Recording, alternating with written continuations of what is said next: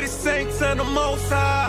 All praise to YAHWASHI, YAHWASHI. We the saints and the Most High. All praise to YAHWASHI, YAHWASHI. All praise to the Most High. See these saints, we don't move like most guys. The light here so I can step with closed eyes and still see the enemy coming from both sides. Come to the saints and get sanctified. You ain't holy if you ain't got a saint to ride. I'm a saint for death and a saint for life. So it was probably the same in my ancient life. I was a man of sin that paid the price and still owe. So I'm trying to get my wages right. This for the masses. YAHWAH been kicking our asses, cause we're the children of Israel, if you ask us. We the saints and the Most High. All praise to YAHWASHI, YAHWASHI. We the saints and the Most High. All praise to YAHWASHI, YAHWASHI. We the saints and the Most High. All praise to YAHWASHI, YAHWASHI. We the saints and the Most High. All praise to YAHWASHI, YAHWASHI. Well, and we them saints that sing a new song. It's our people dying every time we turn the news on. It's our people wearing capes, getting their coon on. For the ones who took it on, never putting you on. See, we dealing with the Stockholm syndrome. Talking to my people when they not gonna listen. They listen to these crackers, they got no wisdom, got no flavor. Shalawam, shalawam, shalawam. Let's give all praises, honor, and glory, esteem to the Father Yahweh and His only begotten Son, Hamashiach Yahawashi. Shalawam, peace and blessings to all of the Ahchyam, the brothers and the sisters, the Ahchwathyam, to the four corners of the earth. We just come together today and we ask that you do us a favor as you tune in to this message today. Do us a big favor. Make sure you hit that like button, share, and subscribe. Once again, we say peace and blessings to the four corners of the earth. Have my brother here. Ak, you still there? Yes, sir. Shalawam. Go ahead, say anything you got to say to the people before we get ready to get into this lesson. Yes, sir. I want to say Shabbat Shalawam to everybody. Pray that all you guys are doing well. Pray everybody's health is doing well. Everybody's doing well in the house, out at work, wherever you may be at. And again, like Ak said, the water for tuning in and listening. Please like, share, subscribe, because as you can see the title of the class, it's going to be a good one. So with that, I give all praise to the Most High in the name of His Son, Hamashiach YAHWASHI. That's all I got. Khan. Now, when I decided to do this, I was like, how can I come about, or how can I bring this out? Because this is something that's so widely used, right? And especially amongst our nation of people, they use it and they always say precept upon precept, and they always saying you got another precept. So I was thinking to myself, how do I want to execute, or how would I go about to reveal or bring out this message, right? So before we actually kind of dive all the way into it and get deep, let's just go to the book of Proverbs real quick. Book of Proverbs. Oh, did anybody have anything they wanted to say before we get started? No? Okay. Peace and blessings then. Let's go to the book of Proverbs chapter 4. So, okay, if I can say one thing. Khan, bring it up. Once again, if you guys can drop a number 1 in the comment, if the audio and the video itself is playing out right and good, if you guys don't mind that, we would appreciate it. The water. Jenny Wood put a 1 in the chat, so we good on audio and everything. All praises. Oh man, I hear remove. Hold on, let me bring it back.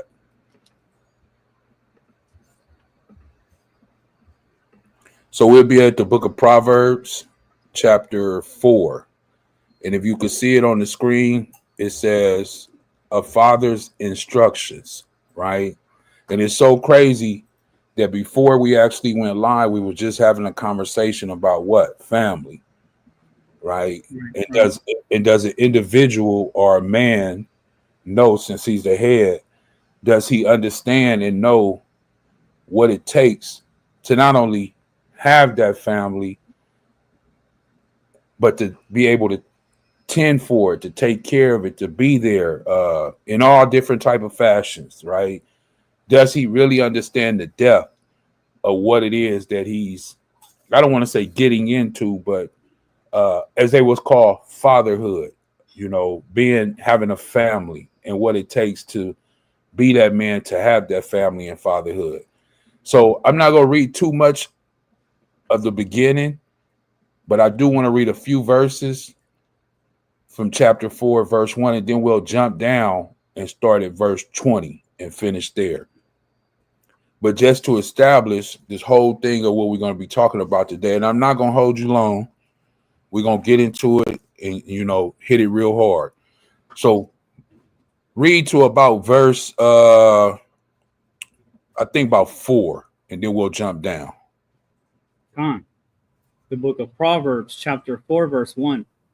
Hear, ye children, the instruction of a father, and attend to no understanding. We are the children, just like we have children, and we do our best to instruct them to go the right path or the right way, the way that we believe that will be less harsh, less painful, less hurtful on who? Our children, right? This is why we give those instructions to our children. The same thing our Father is doing to us for us down here in the earth. Go ahead, Ak. Come, verse 2. For I give you good doctrine. Forsake ye not my law. For I was my father's son, tender and only beloved in the sight of my mother. Mm-hmm. He taught me also, and said unto me, let thine heart retain my words. Keep my commandments and live. Verse 5. Get wisdom, get understanding, forget it not. Neither decline from the words of my mouth. Forsake her not, and she shall preserve thee. Love her, and she shall keep thee. Salakia. Now it says is using his word or his commandment or his precept and his liking as her, right? This is how the Bible is looking at it. Forsake her not. Who is her? The law. She shall preserve thee. Who will preserve you? The law. But the Bible is referring to her as a she. Why? She, which is a woman, produces what? Life, or gives life. Even though it's through the Most High, she brings it forth into the earth. Same thing with the word. It says if you preserve it, you listen to it, you hearken to it, it will give you what? Life. Is that your headphone? It said, love her, and she shall keep thee. Go ahead, verse 7. Salakia, if we can just jump back one verse. Time. Salakia, verse 4. 4. Right, so I'll read it. It says, he taught me also, and said unto me, let thine heart retain my words. Keep my commandments and live. So this isn't the first time or the last time you'll see where it says, keep my commandments and live. I know sometimes we jump into the New Testament and we like to bring those things out, but it's also out here in the prophets or in the writings or in the Torah. It always says, keep my commandments and live. So this is a continual theme that you'll see. The Most High wants us to understand. We are to keep his commandments. By doing so, we have the ability to live. So in essence, if a question should come about in your head, you should be like, well, what would be the opposite of that? Now you know, right? If keeping the commandments gives you the ability to live, what would be the opposite of that? Death. Exactly. Death. Exactly. And we'll show that. We're not just saying that, like he said, we're not just saying these things. We're going to show exactly what he stated and what's being said here in the video. Please forgive me for the noise in the background, the ice cream trucks and things of that nature. There's nothing that I can control about that. Just give us a few seconds and it will pass by. Thank you for that, the water. Was that it on that, or verse 4? No, that was it. Con. And this is why it says in all these things in 5 and 6, and then we'll leave off at verse 7 from what he just said, right? To live. Verse 7 says, Salakia, verse 7. You want me to read it? yeah. Verse 7. Wisdom is a principal thing. Therefore, get wisdom. And with all thy getting, get understanding. So wisdom is a principal thing. The highest thing that you can obtain, and also something that you need. Of course, this therefore it was added in, right? You can see it. But it says get wisdom. So we need wisdom. What is true? What is really true wisdom? It's discernment. That's what wisdom is. Someone who's wise and someone who has wisdom has discernment, and they can discern different things, good and evil. Just like when Solomon had to discern between those two women and the child. What happened? He was going to divide the child or cut it in half. Well, the mother, she said, no, don't do that. Why? Because that was her child. She loved the child, so he was able to what? Discern between who was the real mother and who wasn't. Because the one that wasn't the real mother was like, what? Okay, divide it. Cut it in half. Why? Because the heart in the inside was already bitter. It was already hurt because her child had already really died. So she felt like, even though it's not written like this, but you can assume, or my opinion, I should say, she felt that hurt, that pain in her heart. So she felt like, well, hey, if my son is really dead, chop her son in half too, and he'll die. So she can be able to feel the pain that I feel. With that, when he heard these things, he understand and he discerned, you know what? That's not really her child. Let me give this child back to his original mother. And when you read the scriptures, it say everybody was astonished how he was able to do what? Discern this. And they knew after he did that what? He was walking with the Most High and he had the spirit of the Most High on him. Why? Because he had wisdom. That's why his book is called what? Wisdom of Solomon. And with all thy getting, get understanding. You can have wisdom, but have no understanding. Meaning you know the things, but the understanding is what?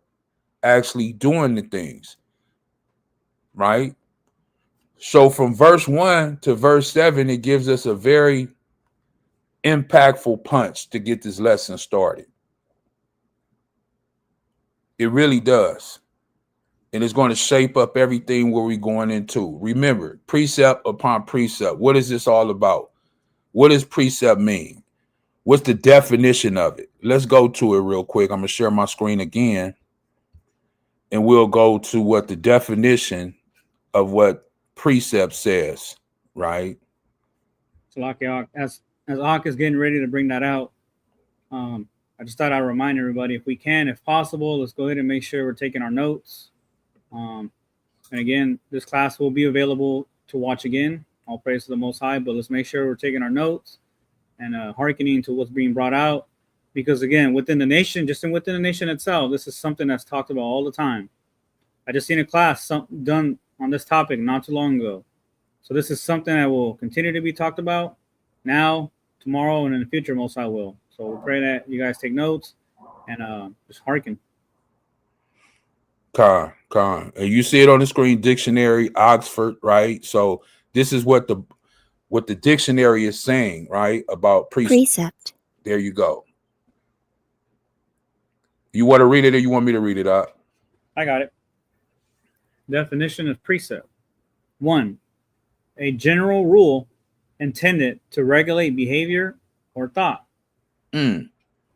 Something to regulate your behavior or your thought.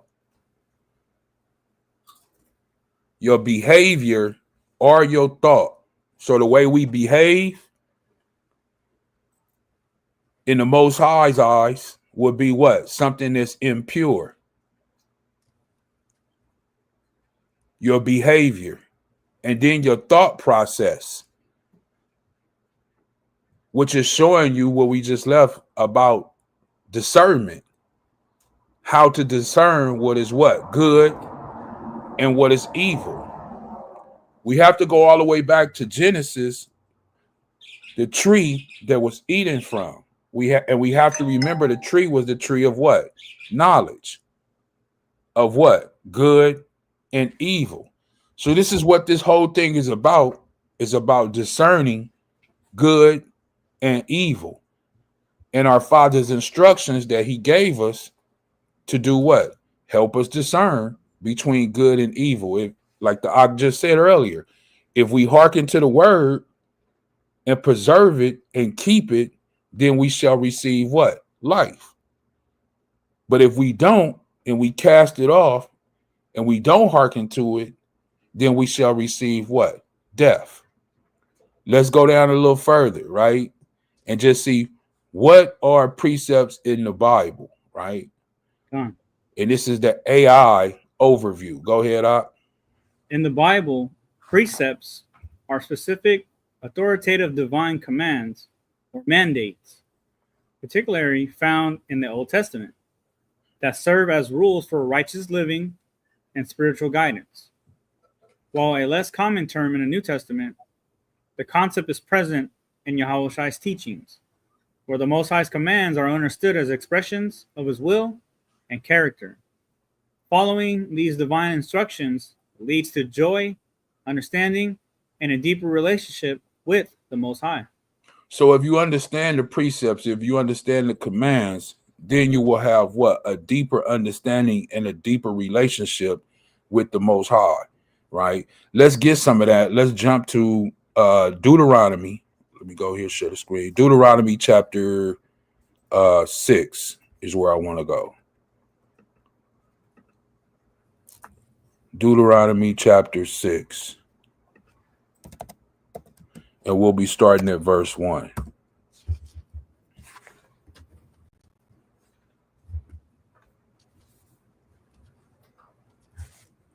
Come. Oh, that's Deuteronomy 1:1. Oh, Salakia.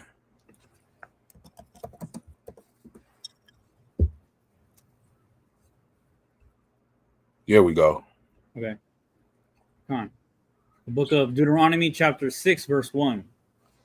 Now these are the commandments, the statutes, and the judgments which Yahweh your Allah commanded to teach you, that you might do them in the land whither you go to possess it. Yeah, we have Salaki. We have to understand this is the mass exodus out of Egypt, out of bondage. The children of Israel going into their own land to set up and live there, right? So before they got there, he already gave them what? The Father's instructions, which are the commands. And he's letting them know that when you go into this land, you need to keep these commandments, these statutes, these judgments, which the Most High has commanded, and then do what? To teach you that you might do them in the land. So this is where they need to do these things at in the land as they go. He's giving them a basically a law of the land where they are going. Go ahead. Verse 2. That thou mightest fear Yahweh thy Allah, to keep all his statutes and his commandments, which I command thee, thou and thy son and thy son's son, all the days of thy life, and that thy days may be prolonged. There's another one. Keep my commandment to live. Verse 3. Hear therefore. Yeah. Verse 3. Hear therefore, O Israel, and observe to do it, that it may be well with thee, and that you may increase mightily, as Yahweh Allah of thy fathers hath promised thee, in the land that floweth with milk and honey. So that land is going to flow with what? Milk and honey. Representation of what? That you won't need anything. Representation that you are what? Very satisfied. It floweth with milk and with honey. Go ahead. Verse 4. Verse 4. Hear, O Israel, Yahweh Allah is one master. And thou shalt love Yahweh Allah with all thine heart, and with all thy soul, and with all thy might. So right here in 4 and 5, he's breaking down when he says hear, hearken, Shemai, right? When you read verse 4 in the Hebrew, it's Shemai, Yashra'Allah, Yahweh, Allahayanawa, Yahweh Akkad, right? Which means that he's just one. He is our power source. Shemai just means to listen, hearken. Who? Israel. And then it's establishing Yahweh is our what? Power. And he is one. You can see it right here. It's not what the church teaches, that they're 3 in 1 and all. No. The Bible says that he is one. And then in verse 5, it goes in to tell you how you should address him and how you should deal with him. That you should love the Most High, your power, with all your heart. You know, a man can always say, and we see it out here all the time, that a man say he love a woman with all his heart, or a woman say the difference that she love her man with all her heart. And like we were saying earlier, before we went live, some people want to take another person's life because they say that they love them so much that they don't want them to be with anyone else. But the Most High said you're supposed to love him with all your heart. So once again, right there, when we see situations like that, they lack discernment, you know, because some of them say they are believers. For the ones that are believers, you know, there was this, I'm not going to get too deep in it, but it was a story shared with me recently, well, a little while back, about an Israelite couple. And the brother, the Ak, he ended up taking that sister's life. Right. And they were in the truth. They knew the precepts. They knew the commandments. They knew the word. And he just didn't want her to be with anyone else. So he took her life. So it does happen with inside of our community and with inside of knowing the Most High. But you're never supposed to love anyone here on this earth more than you love the Most High. The Most High comes before anybody. This is why it says in Matthew 10 and all those other places that if you love your mother, your son, your daughter, your brother more than you love me, then you're not worthy of me. Right? It gives that example in the New Testament when YAHAWASHI was teaching and his mother and his brother came and they came and told him, hey, your mother and your brother's outside. And he said, who is my mother or who is my brother but the one to do the will of my Father? Right? Establishing that unless you are doing the will of the Most High and you love him like as YAHAWASHI loved him, you would be breaking this commandment right here, because it says, and thou shalt love you should love the Most High Yahweh, thy Allah, with all thy heart, all thy soul, and with all thy might. That means all the strength, everything that you have inside of you, you should be trying to use it and give it to the Most High. And I think that's something that's, especially verse 5, we overlook a lot, you know, with all the heart, with all the heart, with all the soul, and with all the might. And this is reinstituted in a few more places inside the Bible. Verse 6. Verse 6.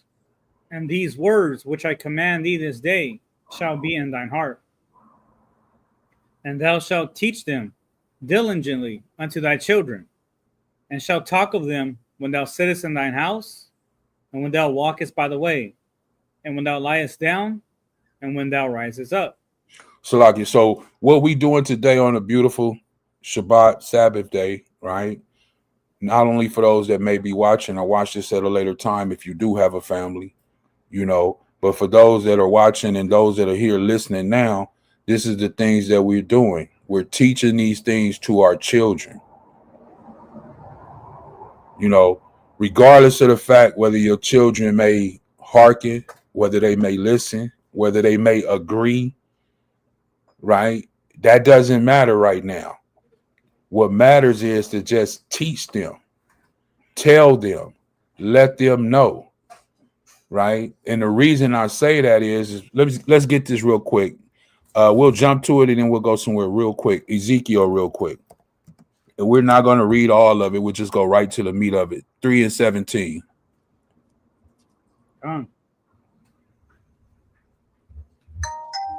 And this is even for our children. Because if you're a watchman for other people in the world, of course you're a watchman for your family and for your children. So this does pertain to our family, our children, you know, our significant others. It pertains to everyone. In Ezekiel 3 and 17, it says, go ahead. Ezekiel chapter 3, verse 17. Son of man, I have made thee a watchman unto the house of Israel. Therefore, hear the word at my mouth, and give them warning from me. Give them what? Give them warning from me. Uh-huh. When I say unto the wicked, thou shalt surely die, and thou givest him not warning, nor speakest to warn the wicked from his wicked way, to save his life, the same wicked man shall die in his iniquity. But his blood will I require at thy hand. So we have to warn people. Yeah, you may know, you know, and that's fine. Like I say, the kids may not agree, you know, just like other people in the world, friends, family, they may not agree. But that doesn't negate that you have to what? Teach them and warn them. As they get older and they go on their path and on their journey in their life, you did what you were supposed to do. Right? My son, my daughter, they can't get upset with me later on in their life, you know, and they say, well, I never knew. I never knew about Hamashiach. I never knew about Christ. My parents never talked to me about the Bible. We never read the Bible. I never knew of the Most High. I never knew he had commandments. Now, not to get into no long story, but I was on this planet a long time before I came into this knowledge. And even when me and my wife was starting to come into this knowledge and get the understanding, you know, I did some research and I found out that it was 600 and something laws and commandments. And, you know, one of the questions that she brought to me, she asked me, and this was years ago, she said, well, why would he give us all these commands and then say we don't have to do them? You know, so her question to it was, well, what are some of the commandments? And me and her both looked at each other and, you know, we said, we don't know. And that was the start of, you know, kind of going into it to understand, like, well, what are these commandments? Like, if he commanded these things, even if you're telling me that they're done away with, like the, you know, church says that they're done away with, but what are they? Like, I still want to know, what were they? And once we started to kind of go into it and research it and find out what the commandments were or are, you know, it was like, wait a minute. This makes sense. You know, for example, like the pig as a filthy animal. Then when you do the research about a pig, you find out that it is a filthy animal, that it doesn't have any sweat glands, that, you know, this is why pork is so cheap and they feed it to you, you know, because it's an abomination to the Most High. And then as you continue to read, you find out that the world is all out of course. And you have people in this world that hate the Most High. And then you find out that he has a special people in his word, in his Bible, and he's trying to protect those special people. And this is why he gave them what? Instructions, a guidance chart, how to walk here, how to be here on this planet Earth, which is light. And we, as dads, fathers, mothers, however you want to look at it, you're watchmen over your what? Children, over your family. So you have to do this because it's required of you. And you have to warn them and let them know. Verse 19, watch this. Come on, verse 19. Yet if thou warn the wicked, and he turn not from his wickedness, nor from his wicked way, he shall die in his iniquity. But thou hast delivered thy soul. So it's very hurtful when you have a child that you raised up, you know, you gave them all the tools, you taught them the laws, the statute, and commandments, and then they get a certain age, and then they go out into the world. And you know the road and the path that they're going down, and it's a very hurtful and damaging path. But you have to realize that you did all that you can do. And you have to realize also, too, that not everyone is chosen, right? And not everyone is going to make it to the kingdom, whether it be a child or not. We see this all throughout the Bible, where there were prophets of the Most High, and their sons were very evil. They were wicked. They went against the Most High. So just because it's your child doesn't mean that what? They're going to be saved. But you still need to give them the information and warn them in the hopes, as the Bible says, you raise up a child in the way that they should go, and in the end, they shall not depart from the way. Block, yeah. Go ahead. If I can add, just like the Ox said about the prophets, even during the time when Israel had kings over themselves, the kings themselves went off and didn't obey. Mm-hmm. So naturally, this scripture goes hand in hand with that as well, because a king is supposed to oversee the people, the nation, right? And how make sure things stay the course. But if the king is going off, I would like to imagine, in my opinion, that a lot of times the nation will probably go off as well, right? I would like to imagine that if the king isn't holding fast to the word of the Most High, and and going half and half, deciding whether he wants to obey or not, I can only imagine the nation itself would follow after. So, yeah, just like the prophets, the kings themselves went off and didn't obey the Most High. God. And all you doing is warning, informing them, right? That there is Hamashiach, anointed one, that there is a Father, there is a Creator, right? There is a such place called the kingdom, right? It will be here on earth. And you're just giving them the insight of the word of the Most High. You're sharing the word with them. Now, if they receive it, all praises. If they don't receive it, it's still all praises, because what? You warned them. You did what you were required to do. In the blood, as it says in verse 18, right? And verse 19, you have been freed. Because 18 says he will require the blood at your hand. Verse 19 says you have what? Delivered thy soul. So, for example, me and the Ak right here, we have children. We have been delivered from that blood of our children. Why? Because we taught them diligently, right? Shabbat after Shabbat, sometimes throughout the week. I'm not sure how the Ak do it at his household, but as my kids was growing up, I read with them. We had Bible study every Shabbat throughout the week. Sometimes I would ask them the right things, when they were younger, how they feel about certain situations or certain chapters in the Bible. I bought them Bibles,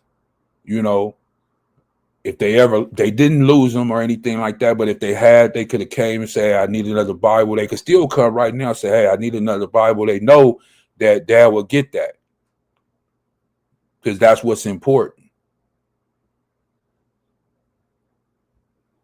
So you delivered your soul as a mom or as a dad. Now, as they go off and they do what they're going to do, you leave it in the hands of the Most High. Of course, it affects you as a parent, and it makes you feel a certain way when you're a child, because the punishment, the things that they're going to have to endure, just like we do when we go off. That's why we have conviction when we do go off. That's why we feel shame and guilt, and we dust ourselves off, hopefully through the Spirit, and eventually rise back up. Let me get something real quick that the Ak was speaking about. Let me stop sharing it. Let's go to the 1611 King James Bible real quick. 1611 King James Bible to the book of Baruch. One of the classics that I like going to. And I want to go here because the Ak been bringing it up a lot today. And I just want to go to somewhere where it shows and states that many places, but I love these verses right here. So this is why I'm going to this. Once again, it's the 1611 King James Bible, the book of Baruch, chapter 4, start at verse 1 to about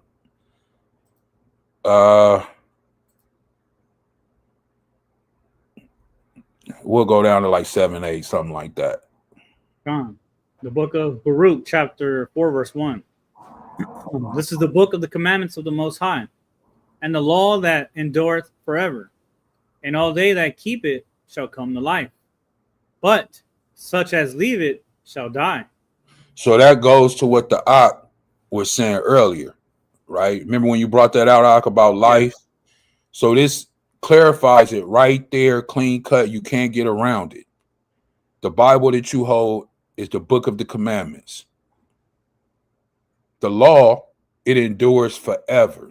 Whoever told you that the law is done away with, you don't have to keep it, and they a liar.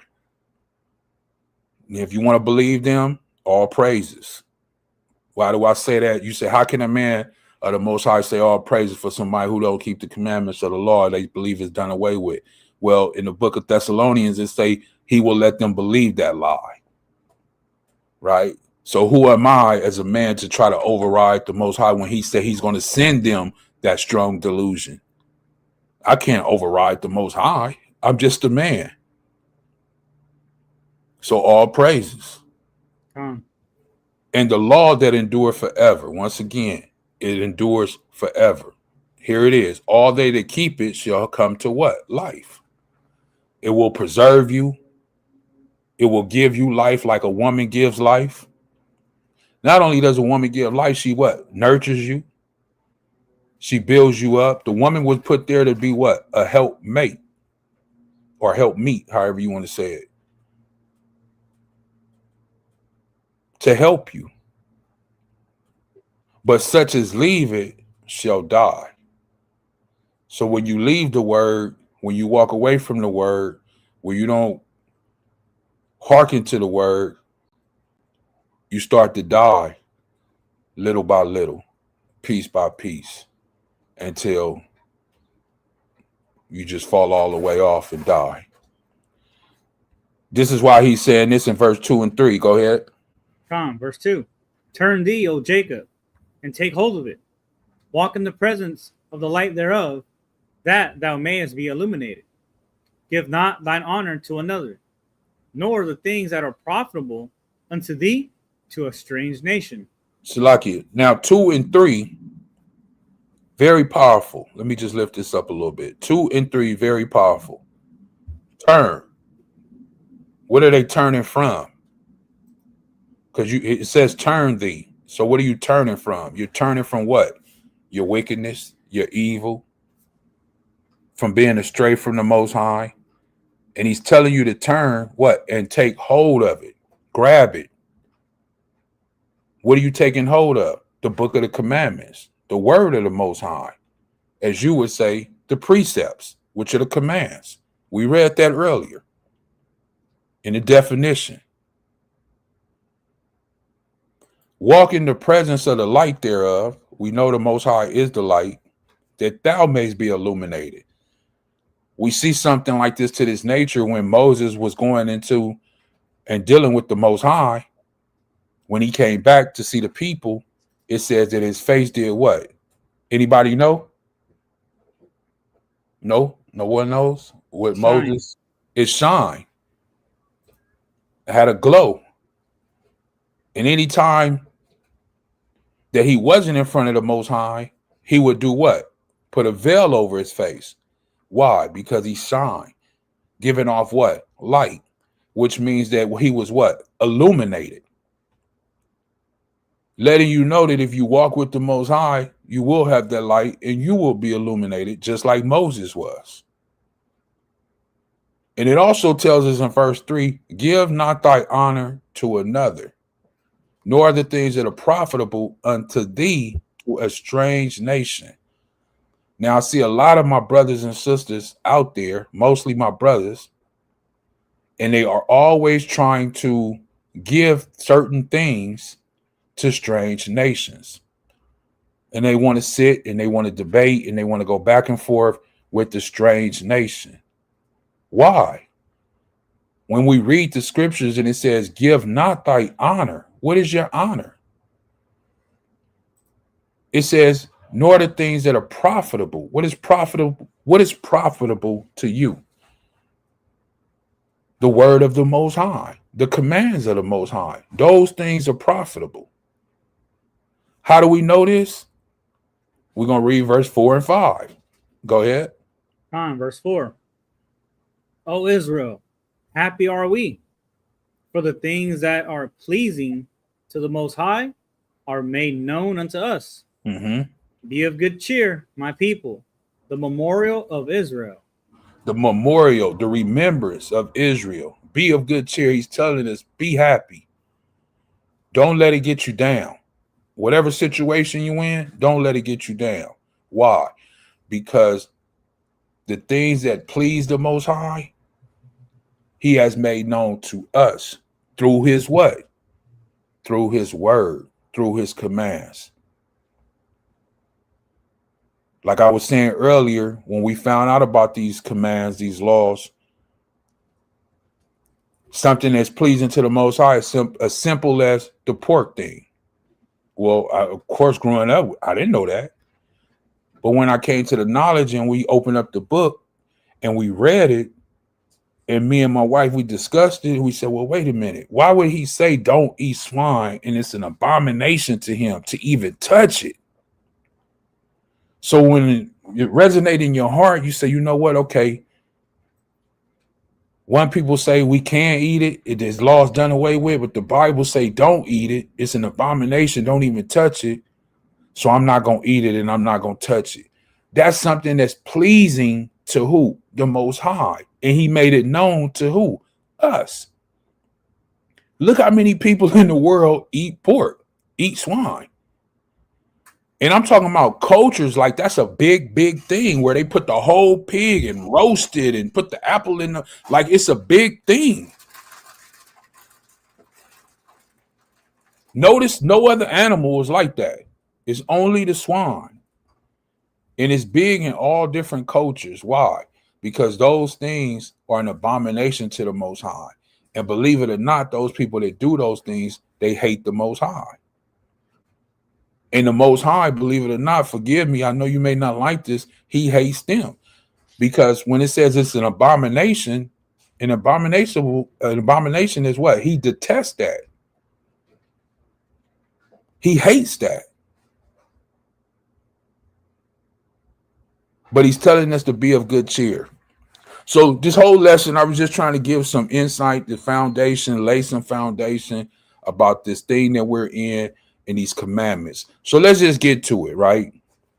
We've been going for a little while now. Let's just get to it and we'll go to Isaiah, right? I wanted to go a few more places, but we'll hit some other things before we get ready to close out and stuff. But let's go to the book of Isaiah, where this all comes from, right? Where it all stems from. Isaiah chapter 28. This is where it all comes from. Precept upon precept, right?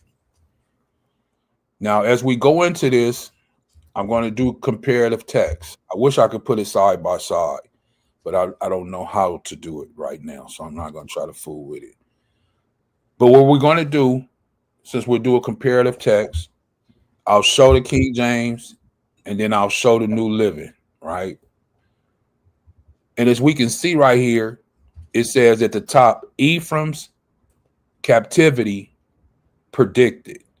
Does anyone know who Ephraim is? Anybody? Ephraim. Huh? Ephraim is Joseph. Ephraim comes from Joseph. Yeah. That was one of Joseph's sons. that right? That's right. That's right. That was one of Joseph's sons. Joseph was one of who? Jacob's son from the 12 tribes of Israel. Now, Ephraim was a head tribe. It was a head tribe, right? So as we go into this, the first thing that it says is woe. Woe. What does woe mean in the Bible? Does anybody know? Destruction. Destruction.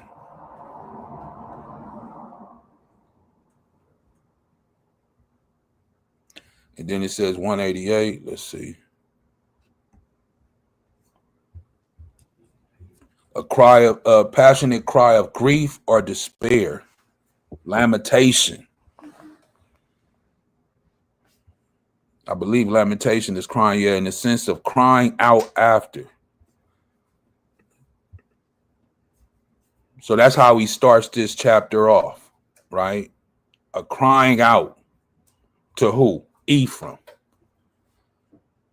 So as we go through these things, let's break them down, take our time, and see what it really truly means when our brothers and sisters say precept upon precept, and where does it really stem from and where does it really come from? And then we'll go to a few things in the New Testament and then come right back here because it correlates with these things that we're going to read, right? Isaiah 28 and 1. Lock y'all, if I could just add something real quick. Please do. As Ahc is about to bring this out, the one thing I want to hearken on is to pay attention what in context that we're bringing out. Isaiah 28 and 1, look at what it's saying on the very top. Even though that's added, it just says Ephraim's captivity predicted. So just keep in mind what we're about to read and what we're about to get to, or what Ahc's trying to bring out. That's all I wanted to add. God. Isaiah chapter 28, verse 1. Woe to the crown of pride, to the drunkards of Ephraim, whose glorious beauty is a fading flower, which are on the head of the fat valleys of them that are overcome with wine. So what does that tell us right there? Just verse 1 alone. Bring it out. Just verse 1 alone. It's a cry to who? The crown. Ephraim has the crown of what? Pride.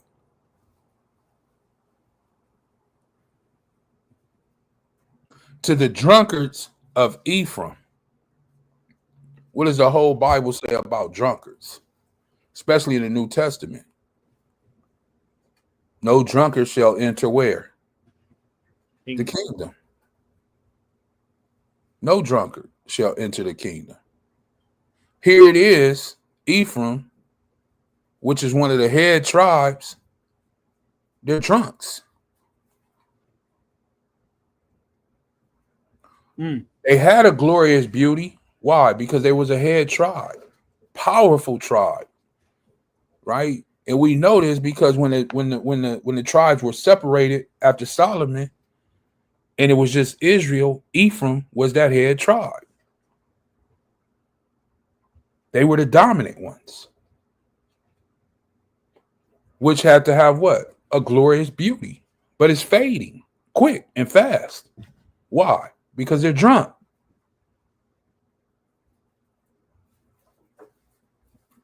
And he lets us know that they have been what? Overcome by wine.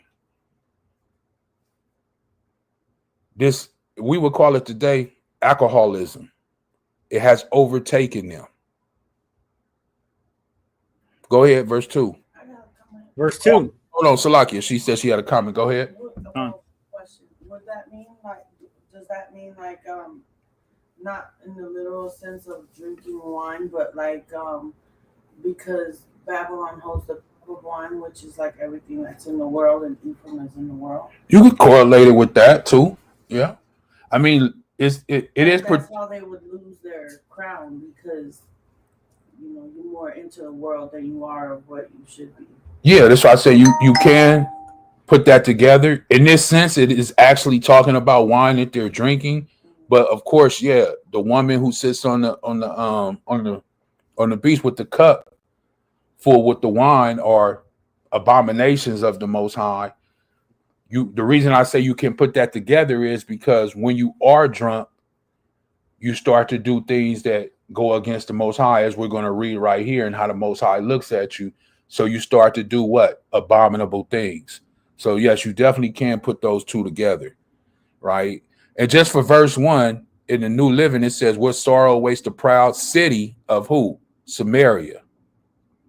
Right? All the way in the New Testament, when Yahawashi was in what? The city, are speaking to who? The Samaritans.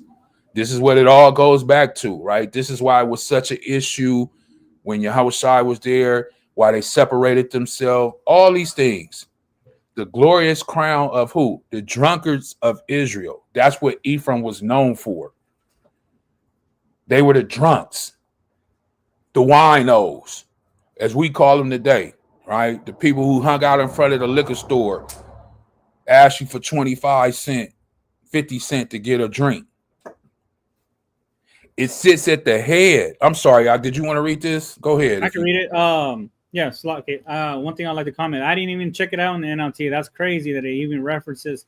It replaces Ephraim for Samaria, because when you read in the chapters before, in like Isaiah 7, it literally says that Ephraim is the head of Samaria. So that's crazy in itself.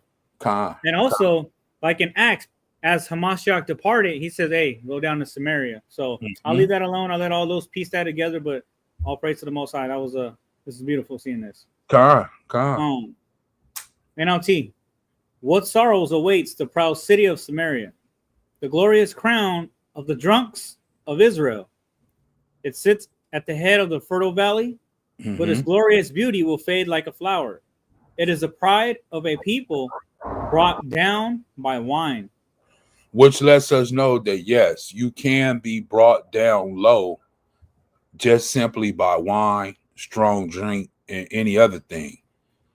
But in this instance, it's the wine that is bringing this people down, right? I just wanted to show that comparative text in verse 1. Let's go to verse 2. Verse 2. Behold, Yahweh hath a mighty one, a mighty and strong one, which as a tempest of hail and a destroying storm, as a flood of mighty waters overflowing, shall cast down to the earth with a hand.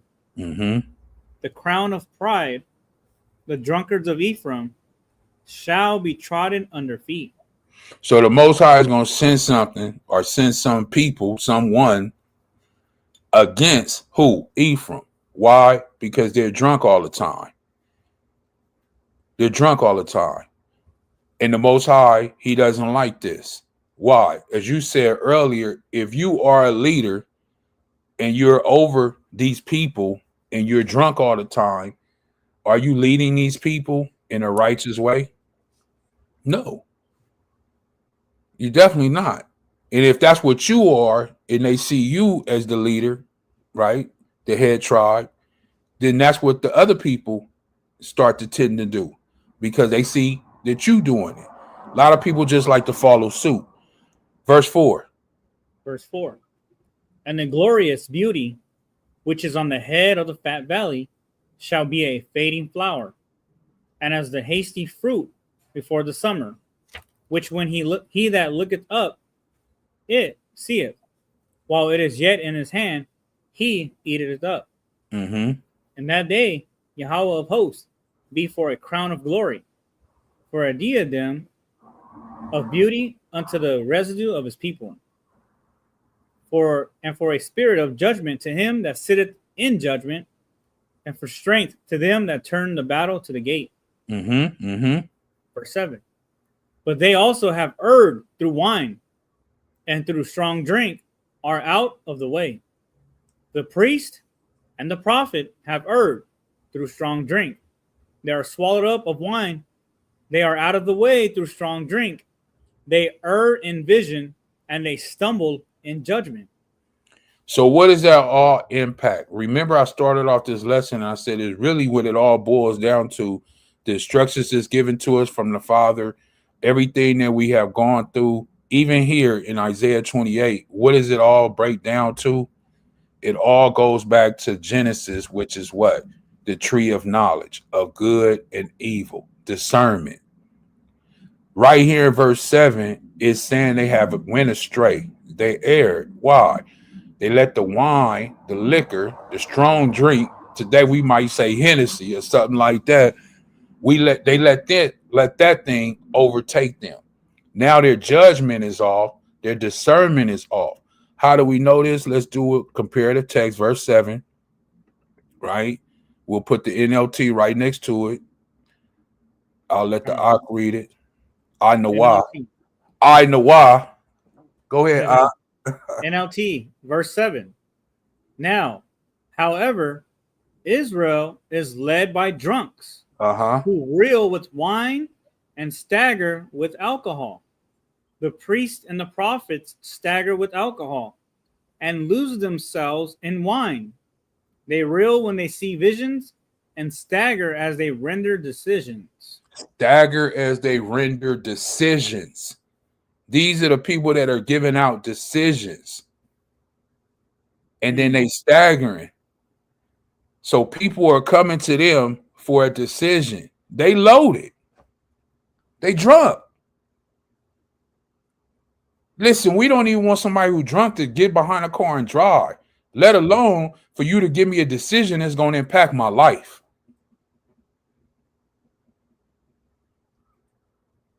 And if you read it, it says that what? The priests, this is who we concerned about. Yeah.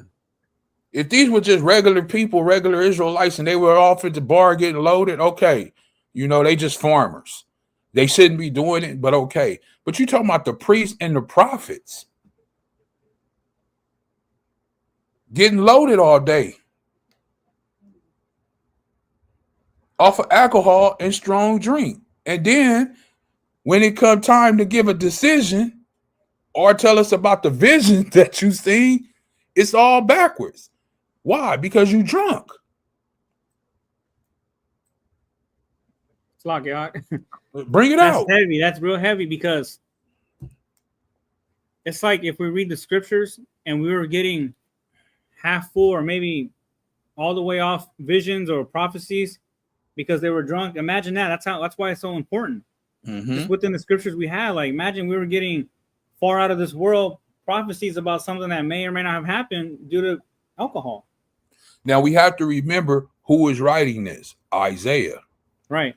Writing this about some of his brethren, which is Ephraim in Israel. And he's explaining to us the situation before they actually go into captivity. These were the things that were going on before they went into captivity. Because remember what it said at the top before we started reading, that this was something that hasn't happened yet. They haven't went into captivity yet. This is prior. But the Most High, through the spirit of Isaiah, he's letting us know through these writings that they're about to go into captivity. This is what he just spoke about how he's going to send his mighty hand or his mighty people or mighty one, Salakia, against them. Right? So let's go back. What verse we was at? That was 7. Now we're on 8. Let's go to 8. Verse 8. For all tables are full of vomit and filthiness, for that there is no place clean. So when the Bible refers to vomit, what is it? That it's vomit. We know it's something that you the Bible says there's something that you vomit or vomit up, right? Vomit. But what is it a reference to? Even in the New Testament, when we think about what Peter said, right? And I believe that's 2 Peter 2:19 and 20, if I'm not mistaken, where the dog has returned to his own vomit. But that comes from the book of Proverbs, right?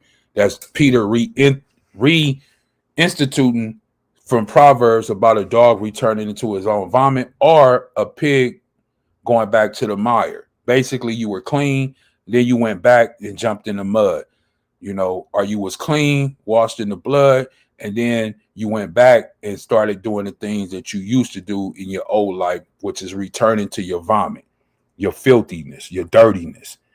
It says all their tables are full of vomit. All of them. NLT. Verse 8. Their tables are covered with vomit. Filth is everywhere. Everywhere. It's not only in your house. or you and your cousin's house is everywhere. And we know the Most High hates filth. He hates it. But the Bible, even in the New King James right there, says no place is clean. No place. They're destroying the people by being what? Drunk. So now we're getting this understanding that we're speaking about a people that are highly intoxicated, that are drunk all the time, and are dealing with the Most High Word, dealing with the people. So let's see what these people or these individuals say, because here it is now. This is where we get precept upon precept, right? This is where it comes from, right here. Mind you, all their tables are full of vomit and filth. And this is what they're saying in verse 9 and 10. Go ahead. Verse 9. Isaiah chapter 28, verse 9.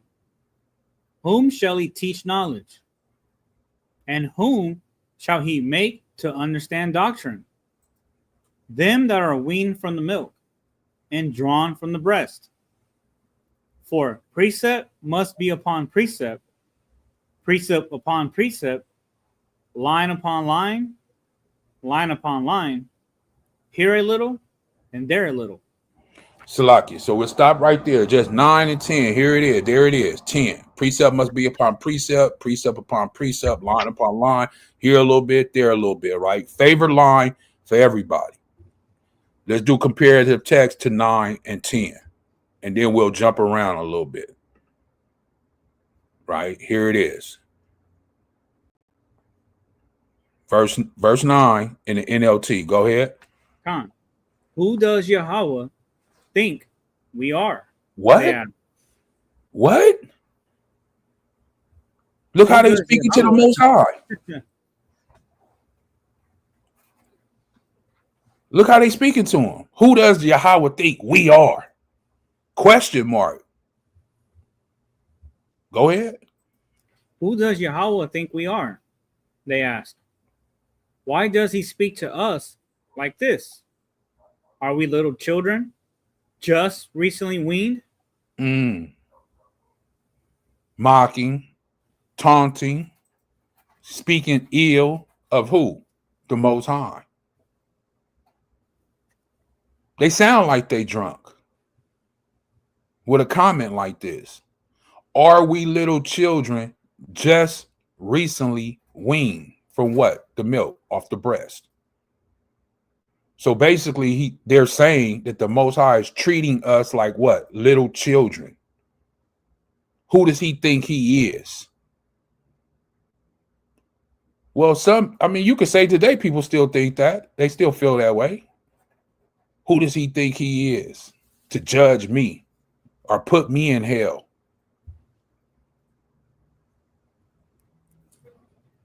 That's what's being said there. Let's go. Verse 10. And then we're going to go somewhere real quick and we'll open it wide up. Verse 10. Go ahead. Verse 10 in the NLT. He tells us everything over and over. One line at a time, one line at a time. A little here and a little there. So they say that the Most High, YAHAWAH, our Father, is treating them like little children. Telling them things, what? One line at a time. Here a little bit and there a little bit. So they feel like they're getting treated like children because he just doesn't disclose everything to them at once. It's one at a time. Here a little bit and there a little bit. Why does he do, Salakia? Why did he or why does he do it like this? Why? Let's get it. Let's get a little bit in the New Testament and then we'll come right back here. Remember, they spoke about being weaned from the breast, right? Let's get 1 Corinthians chapter 3.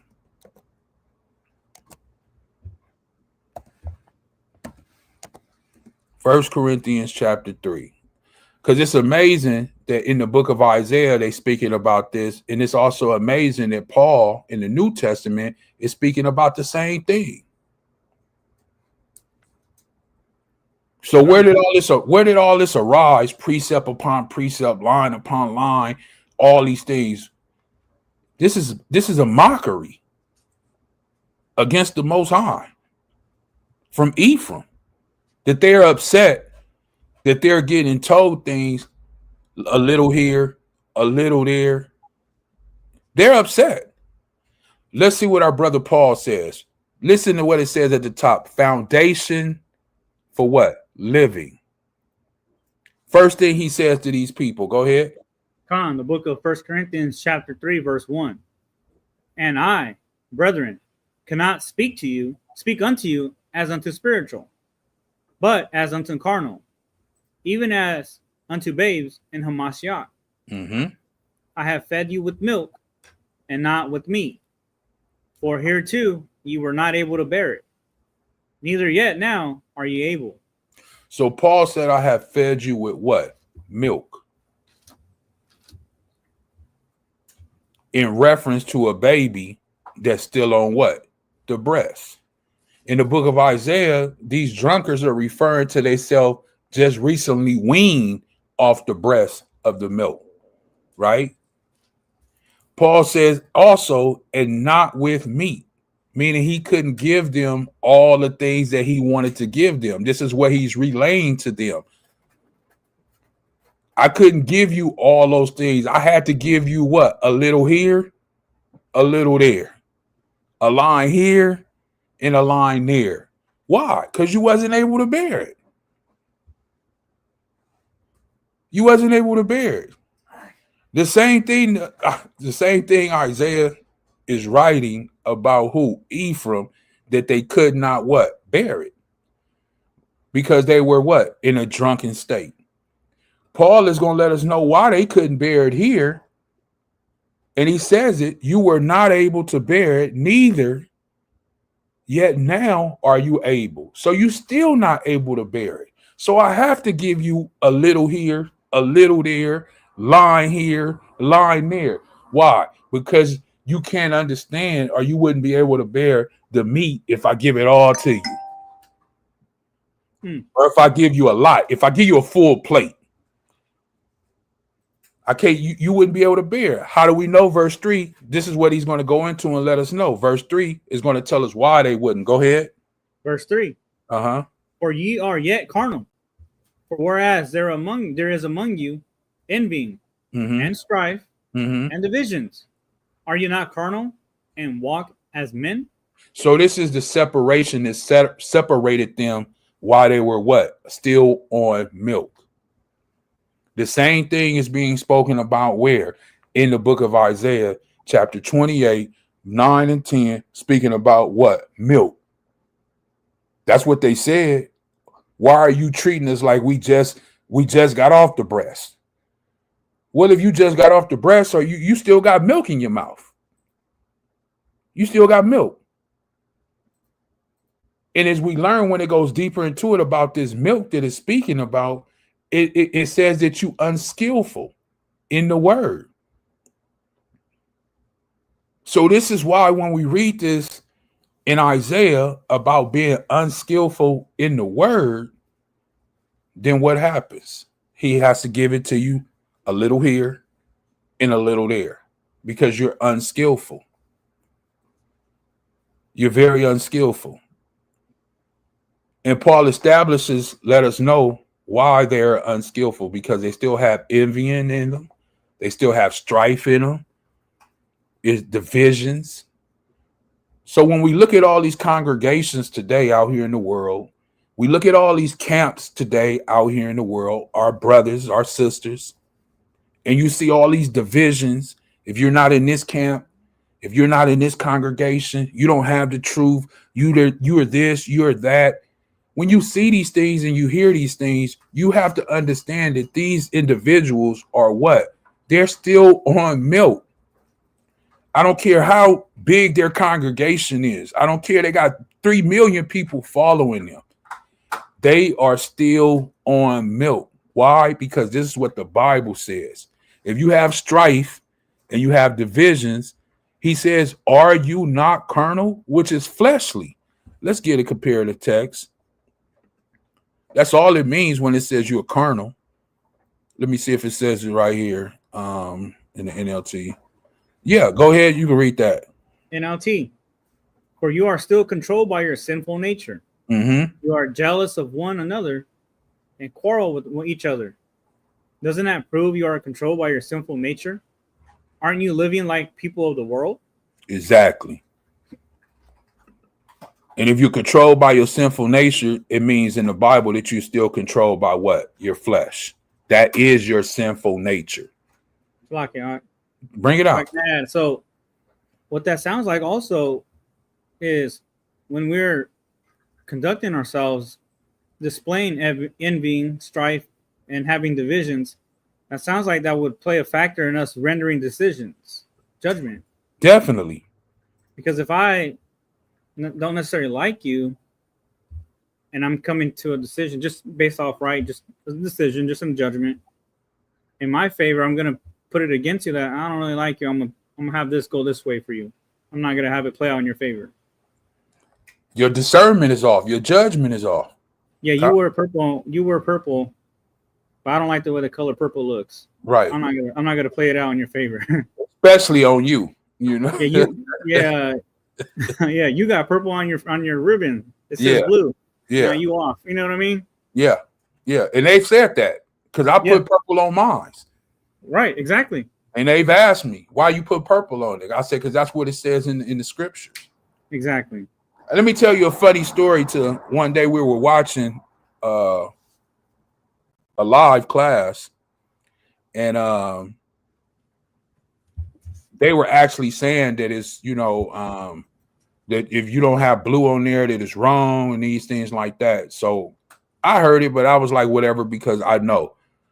But my wife in the chat, she commented and said, well, actually, the word is this and that, and when you look into it, it's more of like a violet color. So violet is really like a purplish color, and when you really get into it, it's more so like a purplish bluish color, right?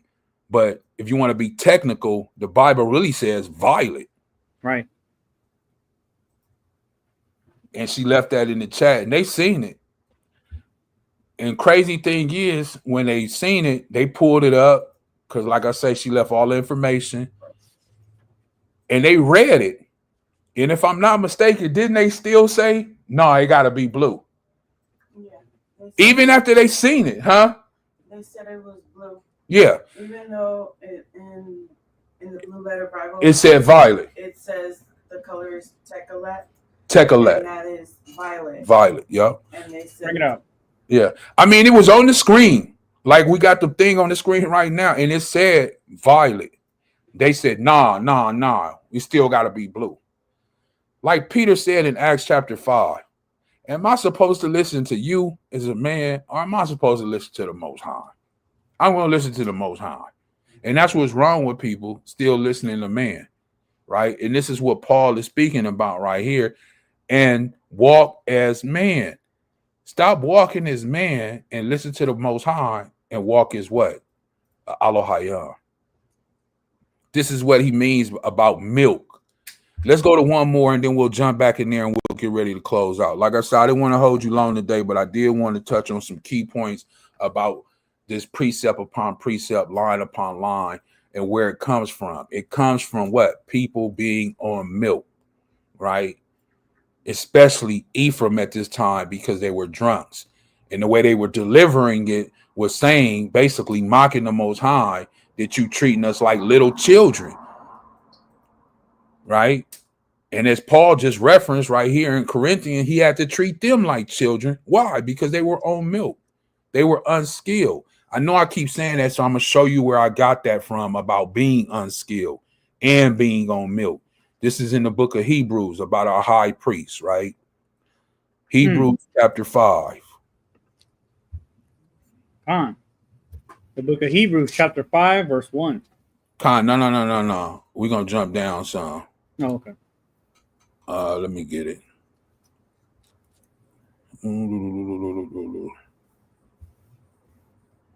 Well, since I did say something about a high priest, we'll start at 9 and work our way down. I want to start a little down further, but we'll let this be just to get some of that good information. 9 on down. Go ahead. Con, the book of Hebrews, chapter 5, verse 9.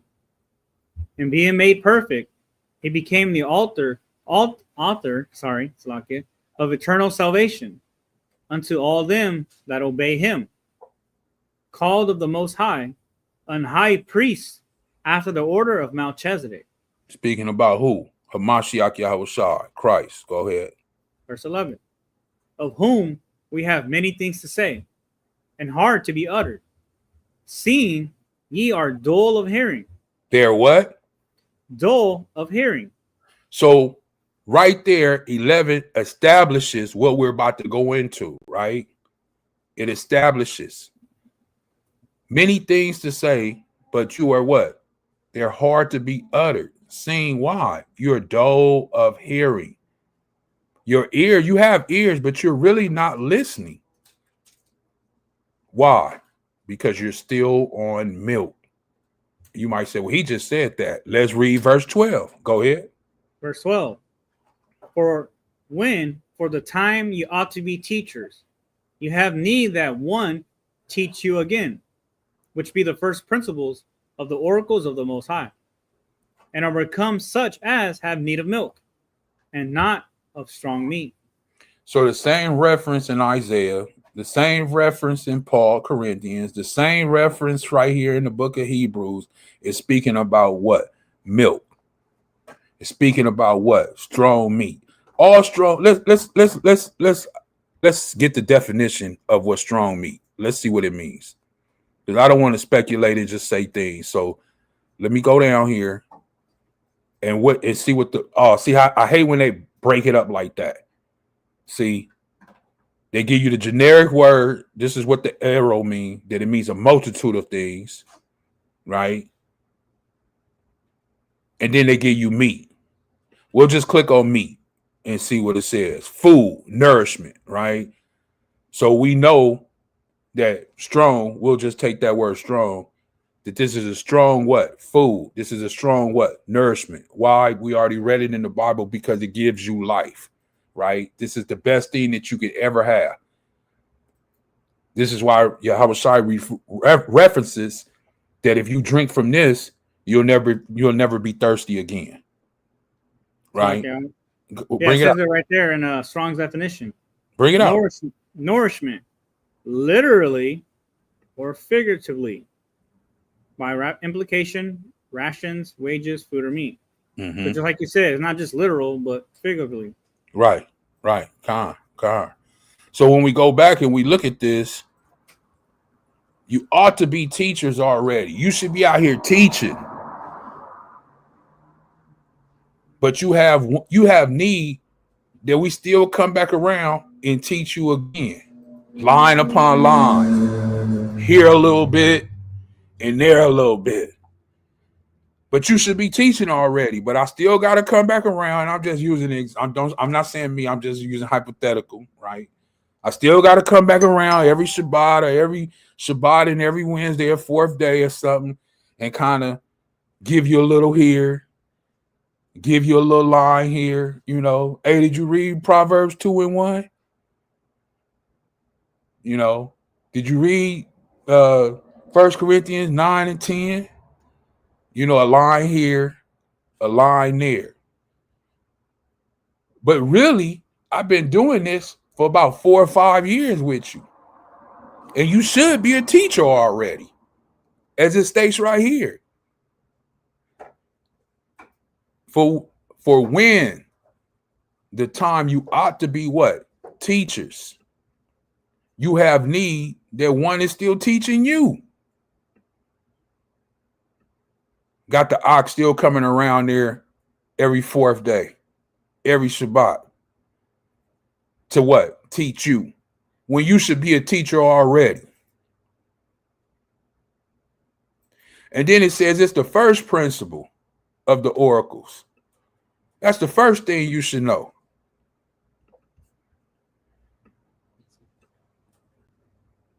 and or become such as have what? Need of milk.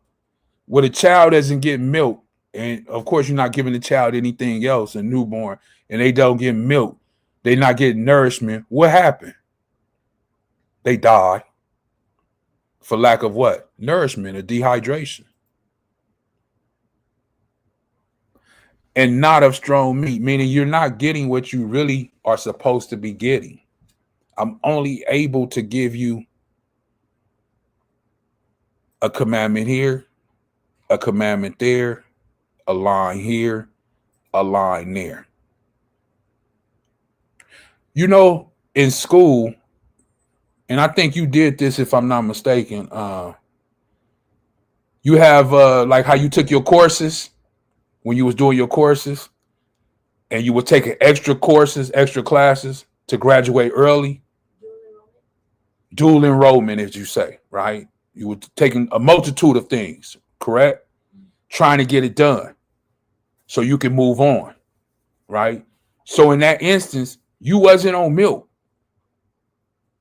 Or if you was on milk, hypothetical, you were taking all the milk you could get so you can move on to what? Strong meat. You wasn't trying to stay in that state of mind of just milk. Like, oh, I'm going to just, I'm going to coast this out. I know I'm supposed to graduate in next year, but I know they said, because I was also part of student council, they said student council was 5 extra units. Like student council is an extra 5 units. Taking a college course would add that. A college course would be 10 units, right? So you did everything that you needed to do to get off of that what? Milk. Now you on what? Hypothetically, this is not true, but hypothetically, now you in college and you getting what? That strong meat.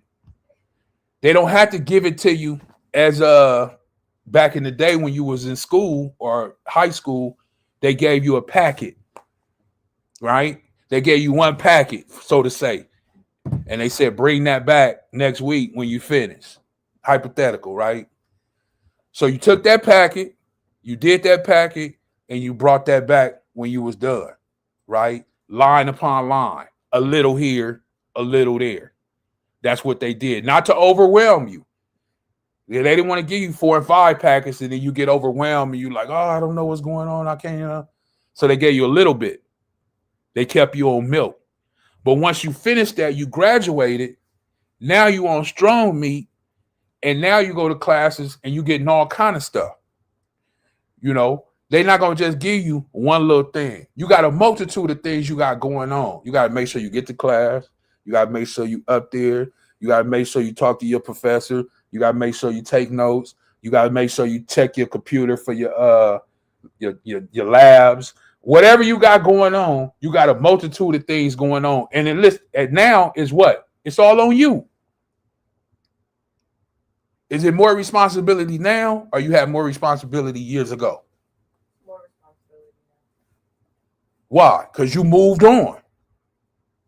So now it's more responsibility on you. It's all on you. You got to do it now. And then what happened? Here it is here. Where you used to go to school or where you used to, have your packets or whatever it was you was doing. Now they calling you or ask you, not calling, but ask you, hey, can you come back up here and speak to the younger ones about, how you did this? And now you going back up to the school telling them, which is really what? Teaching them, telling them, this is how I did it. I took these courses, like you just said. I was in what was the thing? Dual enrollment. I was in student council. So now you're telling them, which is teaching them how you went about it because you progressed and moved on. You're not still on milk. This is what he's saying right here in the Bible. Oh, also the summer school. Also the summer school. You was doing it all.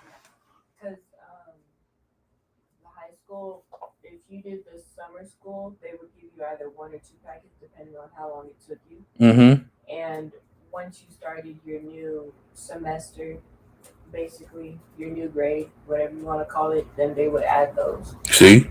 But they wasn't overwhelming you. 1 or 2 packets. That's what I'm saying. Milk.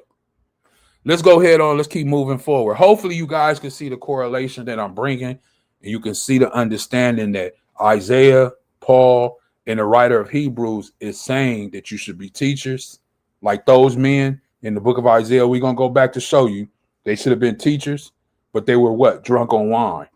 And they were still what? On milk. And they were upset with the Most High that he was treating them like they were little children on milk. Here a little bit, there a little bit, this line, that line.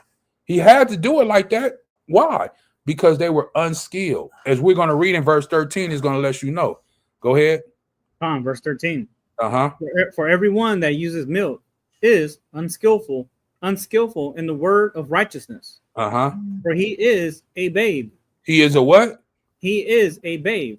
Is that not what Paul said in Corinthians? That he had to treat them as little babies on milk? So those people in 1 Corinthians chapter 3 that we read about, those people was unskillful in the word. These men that we read about in Isaiah chapter 28 that was full of wine and they felt like they were just off of the milk, right? Still had breast milk in their mouth. They are what? Unskillful in the word, meaning their judgment is off, their discernment is off. They were very unskillful. And it even states that, we can go back and I'll show you in Isaiah where it said their decision making was off. I believe that I commented on that. Right. For he is a what? Babe. You ought to have been a teacher. You should have been this. You should have been that. You should have rose up in rank and all these things by now, but you're still a babe. Why? Because you're unskillful in the word.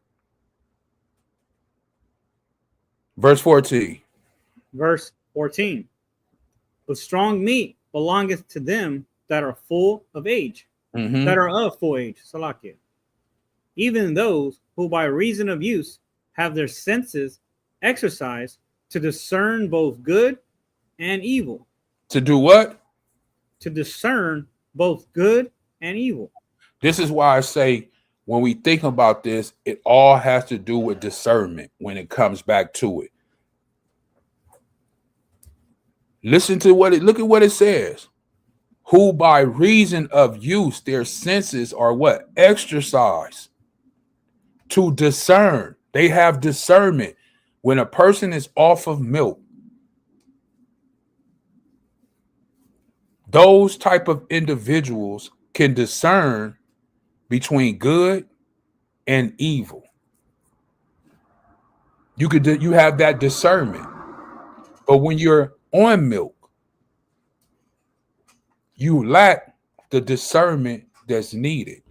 And it's quoted right here. I'm so glad that they put this here so you could be able to see it. With what? Good and evil. The same thing from Genesis when it says what? The tree of knowledge of good and evil. The discernment. Now let's go back real quick. That was Hebrews 5. I believe we started at about 8 on down or something like that. It was 9. Verse 9. Okay. So as we look at this, right? Let me get this. We're back in Isaiah. So now we go back to Isaiah chapter 28, verse 9, with everything that we went through showing Corinthians in the book of Hebrews. Now when we come back and we read this with the mindset, after we read that, we come back and we see here in the New Living Translation, it says, who does YAHWAH think we are? They ask. This is the people, Ephraim, asking this. Why does he speak to us like this? Are we little what? Children. Just recently weaned, meaning you just got off what? The milk. They think that they're not on milk. They think that they are way past milk. I don't know where their mindset is and what they think they're on. Like, well, you know, they must think that they're really exalted. Because the pride that they have speaking like this, does he think that we're little children? Like we just got off of milk? I've been knowing these precepts. I've been knowing these commandments. I've been doing this for 20 years. Sound like a lot of ox out there.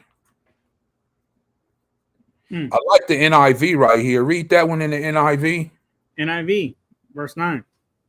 Who is it he is trying to teach? To whom he is explaining his message? To children weaned from their milk? To those just taken from the breast? Man, that's you talking about cocky. Yeah. You talking about cocky. Who is he trying to teach? Like they got it all. They know it. Who is the Most High trying to teach? To whom is he trying to explain his message? Like we little children weaned from the milk or just taken off the breast. Whoo, you talking about arrogant, man. And they say we not Israel. Man, that sounds like something Israelites would say. Crazy. Let me go to 10 and then we'll move on. This is 10 in the NLT. And then go ahead. Verse 10 in the NLT. He tells us everything over and over.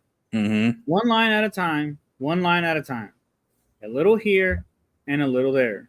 So what they're saying is that basically you're treating us like little children, like we're still on milk, giving us one line at a time, and here a little bit, and there a little bit.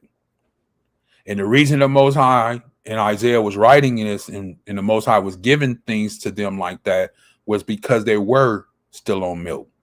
They were acting like what? Little children. Paul says in the reference in 1 Corinthians chapter 13, if I'm not mistaken, it is 13, that he says, let me get it. I hate to reference things and then don't bring it out. 13, here it is, verse 11. 1 Corinthians chapter 13, verse 11. When I was a child, I spake as a child. I understood as a child. I thought as a child. But when I became a man, I put away childish things. See? So that's a reference to correlate with this, that basically these men, these individuals were still being treated like children of the Most High because they were in a drunken state. And that's why he was giving them, as it says right here, one line at a time, one line at a time, a little here, a little there. And they were upset about it, right? You could tell they had some kind of animosity against the Most High, that he was treating them in such a way. Because in their minds, they were prophets. In their minds, they were this and they were that. But the Most High was treating them like children. Why? Because they were full of wine. It was filth everywhere. Their tables were full of vomit. Their discernment was off. So he gave them a little here, a little there. What does the NIV say? For it is do this, do that, a rule for this, a rule for that, a little here, a little there. Yeah, he had to do it like that. He had to. And then it lets you know, because remember, this is a prophecy before they went into captivity, right? Before they went into captivity, verse 11 and 12 is going to let you know. Go ahead. Verse 11. For with stammering lips and another tongue will he speak to this people.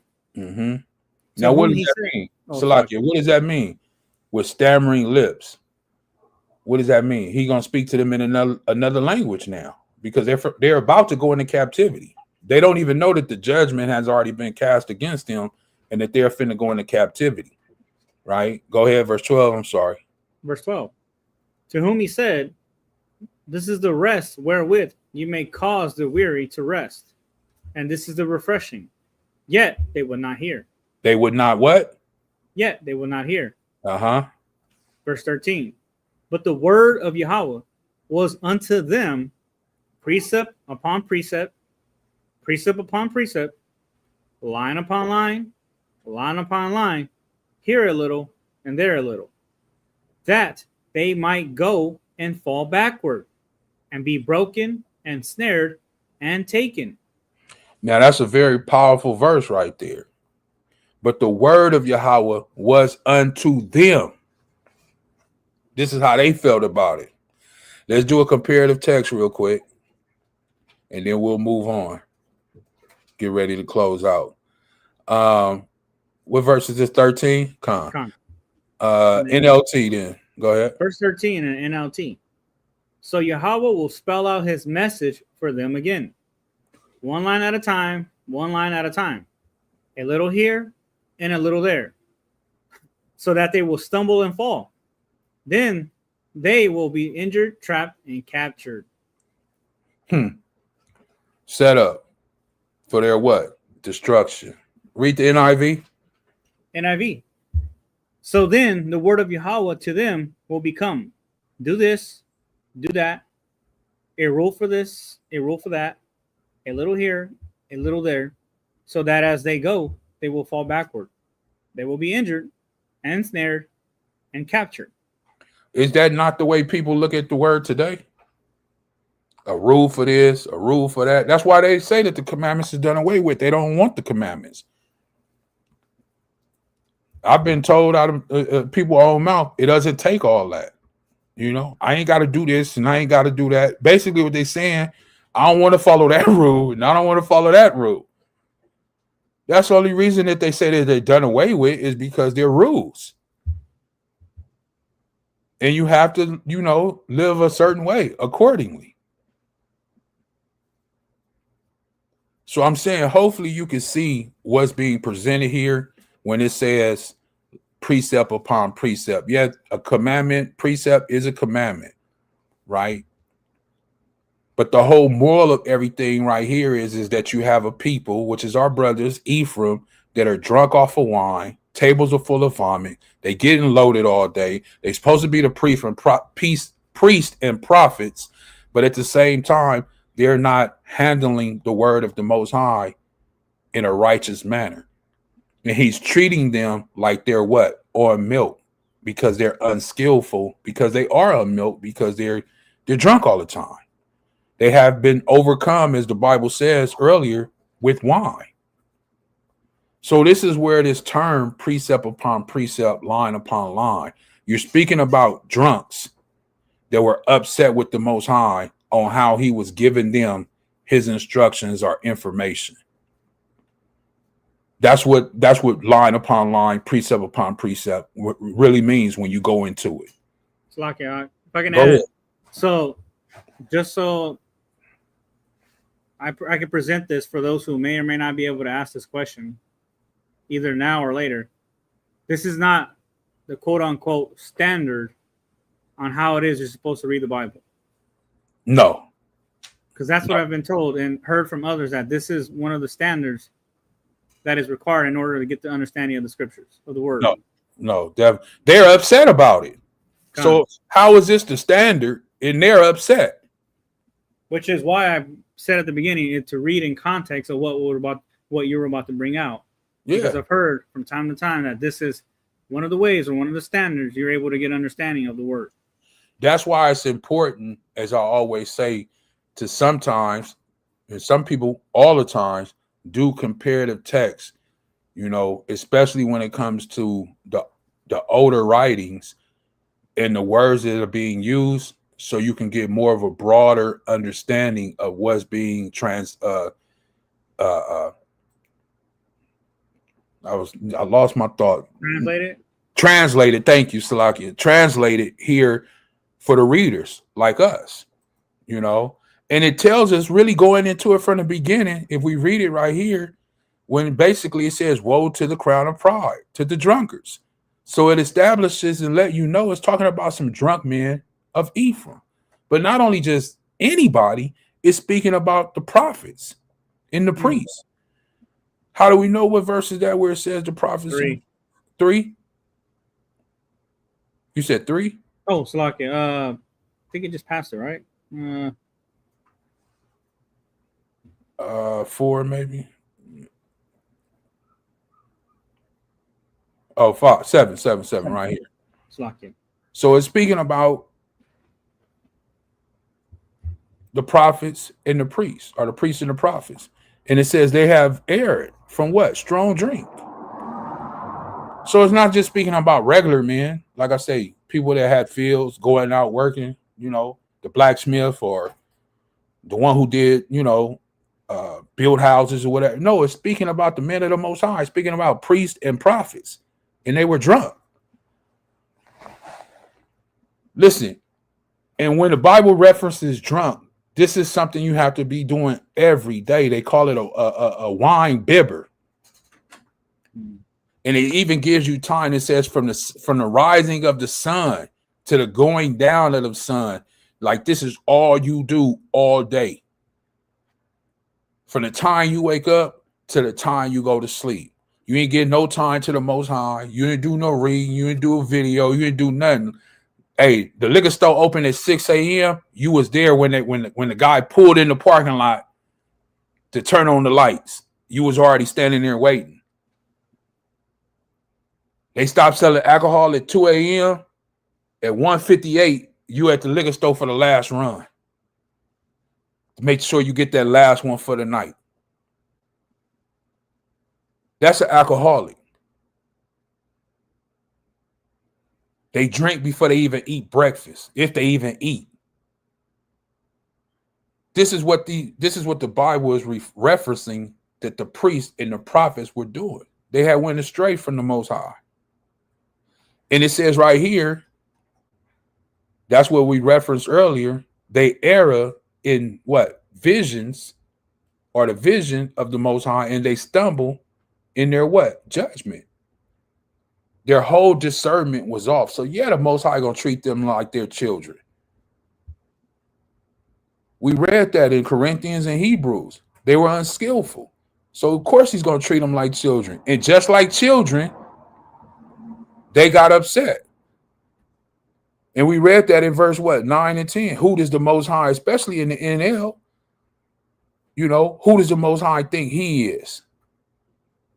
And that's where this term comes from. Even though it's written like this in the King James, precept upon precept, precept upon precept, line upon line, here a little bit, there a little bit. That's where this comes from. We already see it right here, how how these men spoke. What does YAHWAH think we are? Who is he trying to teach? I mean, these were some bold individuals to speak like this to the Most High, but he's already sending them into captivity, and they don't even know that it's coming. They don't even know. When you look at it in the NLT, it says it's going to bust forth like a flood on them that they don't even realize. Let me see if I can get that verse real quick. I went to 1 Corinthians. Hold on.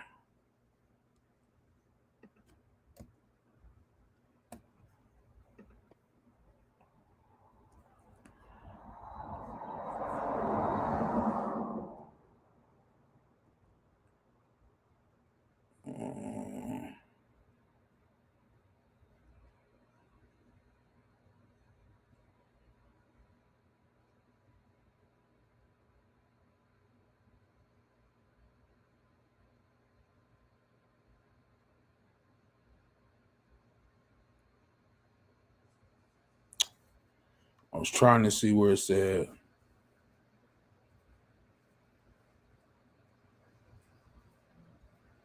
It says at the head, snatch up early, quickly fix. Oh, here it is in verse 2. It says, for YAHWAH will send a mighty army. YAHWAH will send a mighty army against it, like a mighty hailstorm, right? How do you pronounce that? Tortillion rain? Torrential. Torrential. Oh. A torrential rain. They will burst upon it like a surging flood and smash it to the ground. This is what's coming for these people, our brothers, Ephraim. This is what's coming. But they don't even realize. This is why it says in verse 3, the proud city of Samaria, the glorious crown of what? The drunks of Israel. This is what they were known for. So, like the ox said, no, this is not how you have to read the Bible. I know this is what's been taught and told to us, that is, precept upon precept, line upon line, here a little bit, there a little bit. That's not what it really means. That's what somebody said that it means.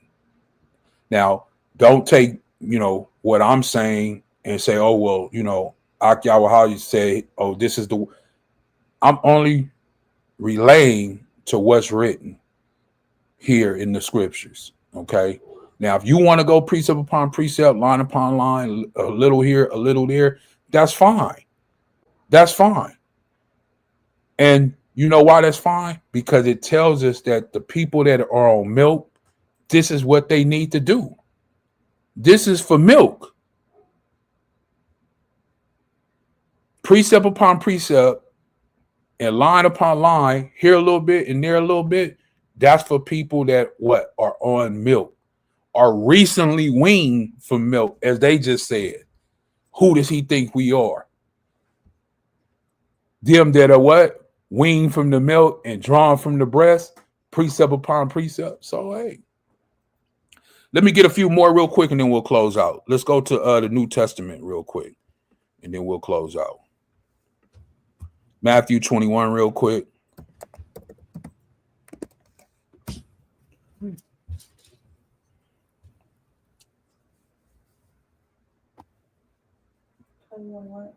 Matthew 21 and 33. Gone. Matthew chapter 21, verse 33. Hear another parable. There was a certain householder which planted a vineyard and hedged it round about, and digged a winepress in it, and built a tower, and let it out to be husbandmen, and went into a far country. And when the time of the fruit drew near, he sent his servants to the husbandmen, that they might receive the fruits of it. And the husbandman took his servants and beat one, and killed another, and stoned another. Again, he sent other servants more than the first, and they did unto them likewise. But the last of all he sent unto them his son, saying, they will reverence my son. Now, for those who don't know the correlation, it's about Israel not hearkening or listening to the Most High when he sent his servants and things like that. So now he's sending his son, which is a Mashiach YAHWASHI. And we know the story. The people did the same thing to where they killed who? His son, right? They didn't listen. Now, were these people on milk or were they on strong meat? We have to think that these people were what? On milk, because they were unskilled in the things that they did, right? Go ahead. Verse 38. But when the husbandmen saw the son, they said among themselves, this is the heir. Come, let us kill him, and let us seize on his inheritance. And they caught him and cast him out of the vineyard and slew him. And when the master therefore of the vineyard cometh, what will he do unto those husbandmen? Verse 41.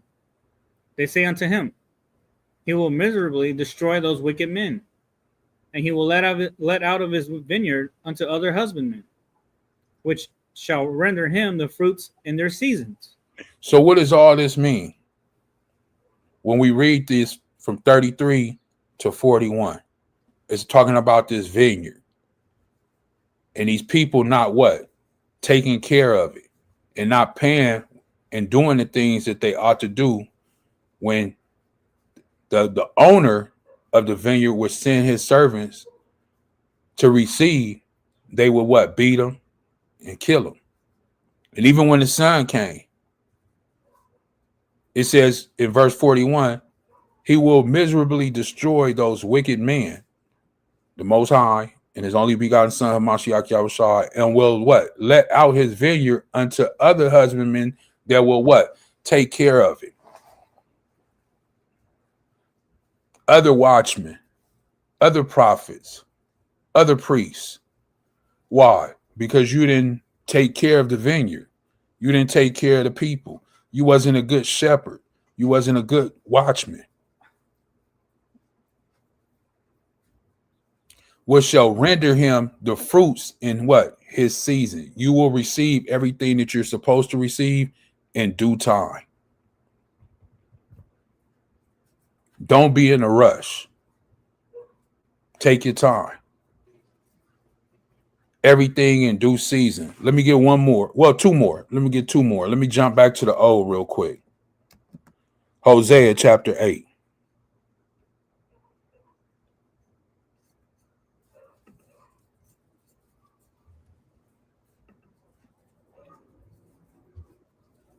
Getting hot in here. Hosea chapter 8. And it's a lot of information in here. Let me see. It's a lot of information in here, but for time's sake, I'm not going to read it all. Right.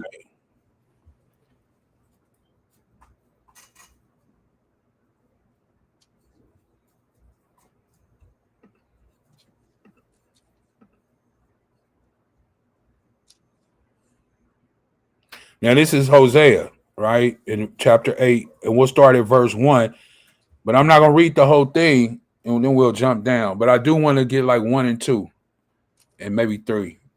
Con. The book of Hosea, chapter 8, verse 1 in the NLT. Sound the alarm. The enemy descends like an eagle on the people of YAHWAH, for they have broken my covenant and revolted against my law. Mm-hmm. Now Israel pleads with me. Help us, for you are the Most High. Is that not what we always do? Mm-hmm. When we read the stories, when we read through the Torah, the prophets, the writings, it's always the same thing. We break the covenant of Most High, we revolt against him, and then we plead with him. Please, Most High, help us. Please, Most High, forgive me. Please, Most High. Right? But Hosea is saying, sound the alarm. The enemy descends like an eagle on the people of YAHWAH. That's how quick. You know how they say an eagle when it gets his eyesight on his prey, and it dies. Which one is higher, the eagle or the hawk? Which one flies higher? I believe the eagle, right? The eagle flies higher. The hawk is up there too, but he's a little lower. Verse 3. Verse 3. Uh-huh. But it is too late. The people of Israel have rejected what is good, and now their enemies will chase after them. The people have appointed kings without my consent, and princes without my knowledge, by making idols for themselves from their silver and gold. They have brought about their own destruction. See? So when we reference back to the book of Isaiah, and those priests and those prophets that were drunk, that were going off, that had erred from the faith and went astray, things like this were going on. This is why he said right here in verse 3, but it's too late. The people of Israel have rejected what is good. Then he goes on to tell you what they've been doing. They appointed kings without my consent. Same thing going on today in 2025. People appointing themselves, priest this, priest that, and bishop this and bishop that, and you know, I'm this and I'm that, and I got the truth, and it's the same thing. People appointing themselves. They have appointed kings without my consent. Nobody ain't got no consent from the Most High to be anything. Nobody. Bring it out. Because the Mashiach YAHAWASHI said we were all brothers and we were all equal. So who is exalting themselves to be this and be that? It's the people. It's the people. Here it is again. When we were speaking about in our book of Isaiah, talking about Samaria, right? Here it goes again. Same people. Samaria, the Samaritans. Even in the book of Hosea, way in the book of Hosea, still talking about these same individuals. Go ahead. So like we can just touch on that last half of 4. Come It's on. going to tie into what we're about to bring out. Because when you read into the scriptures, and I won't make this long, a lot of the same issues that the nation of Israel or YHAWAH continues to do is make idols. They dive into idols and continue to make them from time to time. It's something that always plagues our people as a whole. But by making idols for themselves from their silver and gold, they have brought about their own destruction. So that just plays into another part of why it is we have to be destroyed, is the need or desire or whatever it is of making idols, or even having idols in our head, which are other deities, right? Yeah. Yeah. So Israel love idols. right. They right, love them with a passion, you know. right. Old Samaria. Yeah.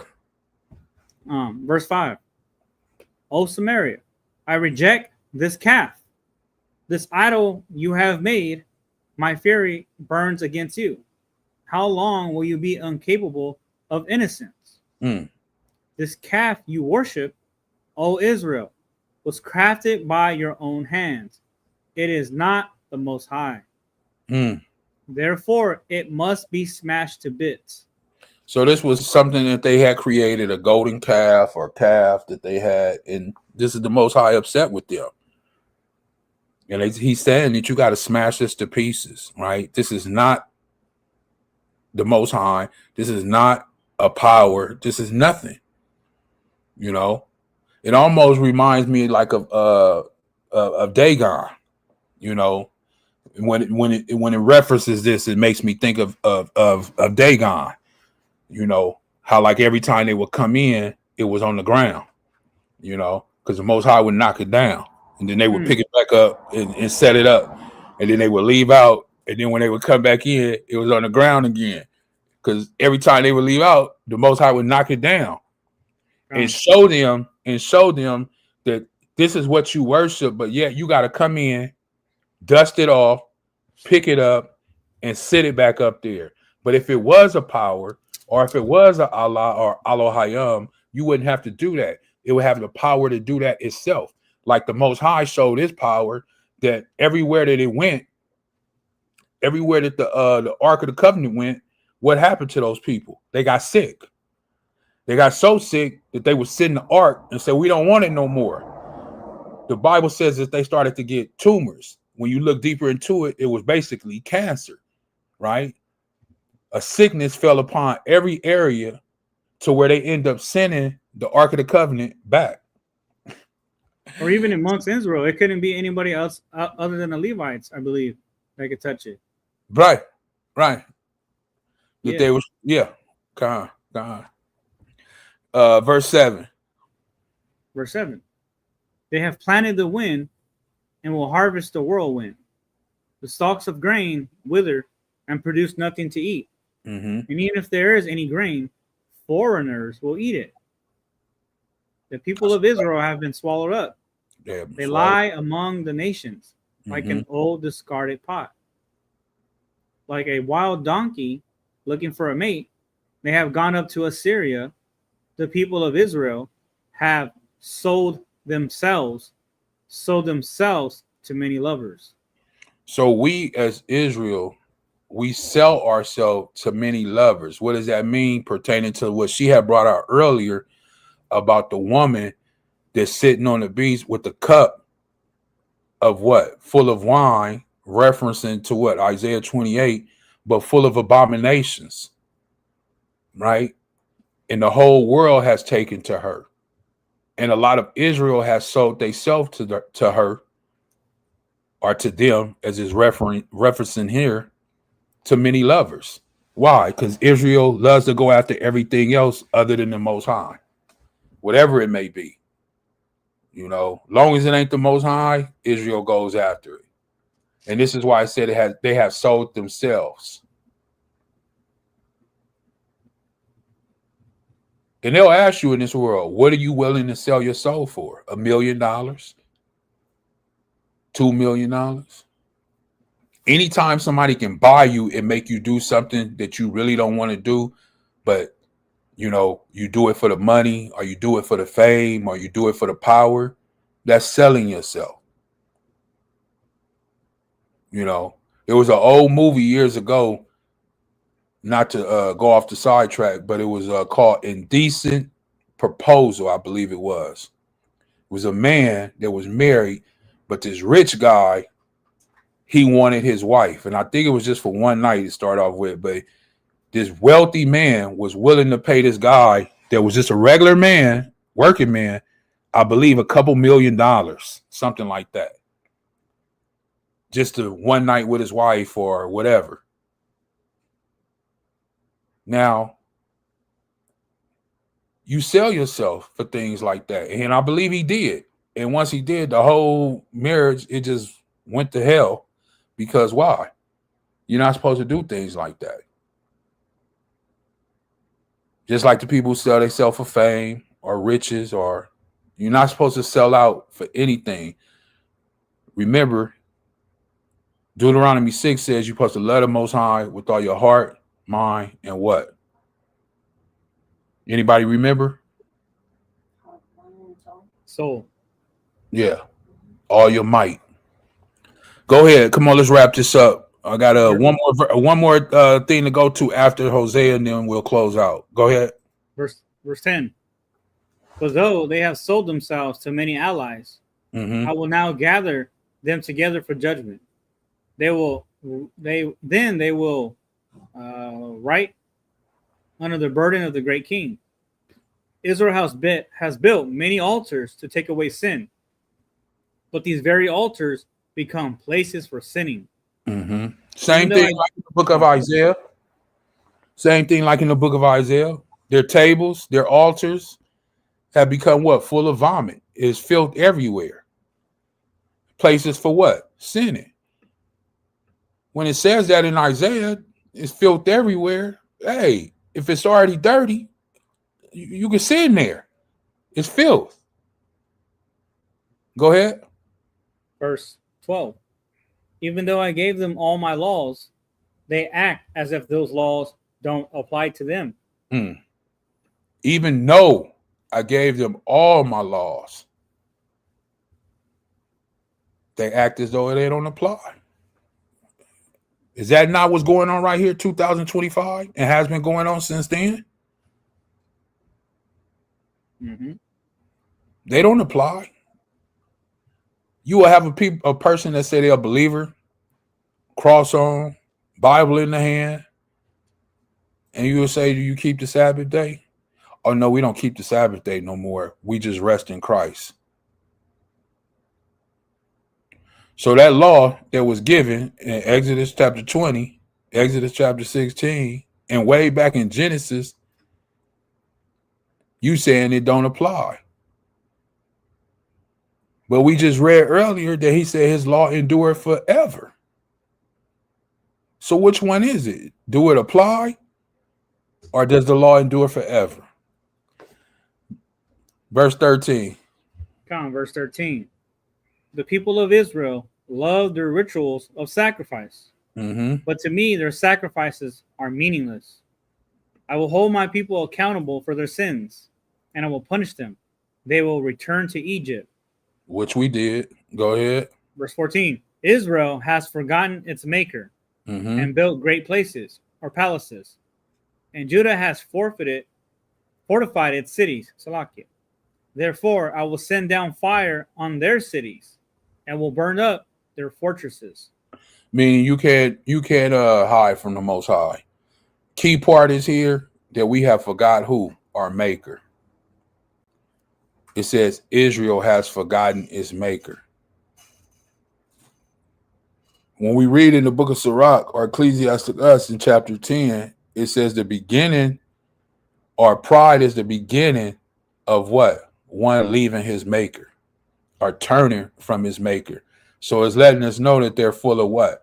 Pride, right? Full of pride. Let me get this one in. That's all I got. 2 Timothy real quick. 3.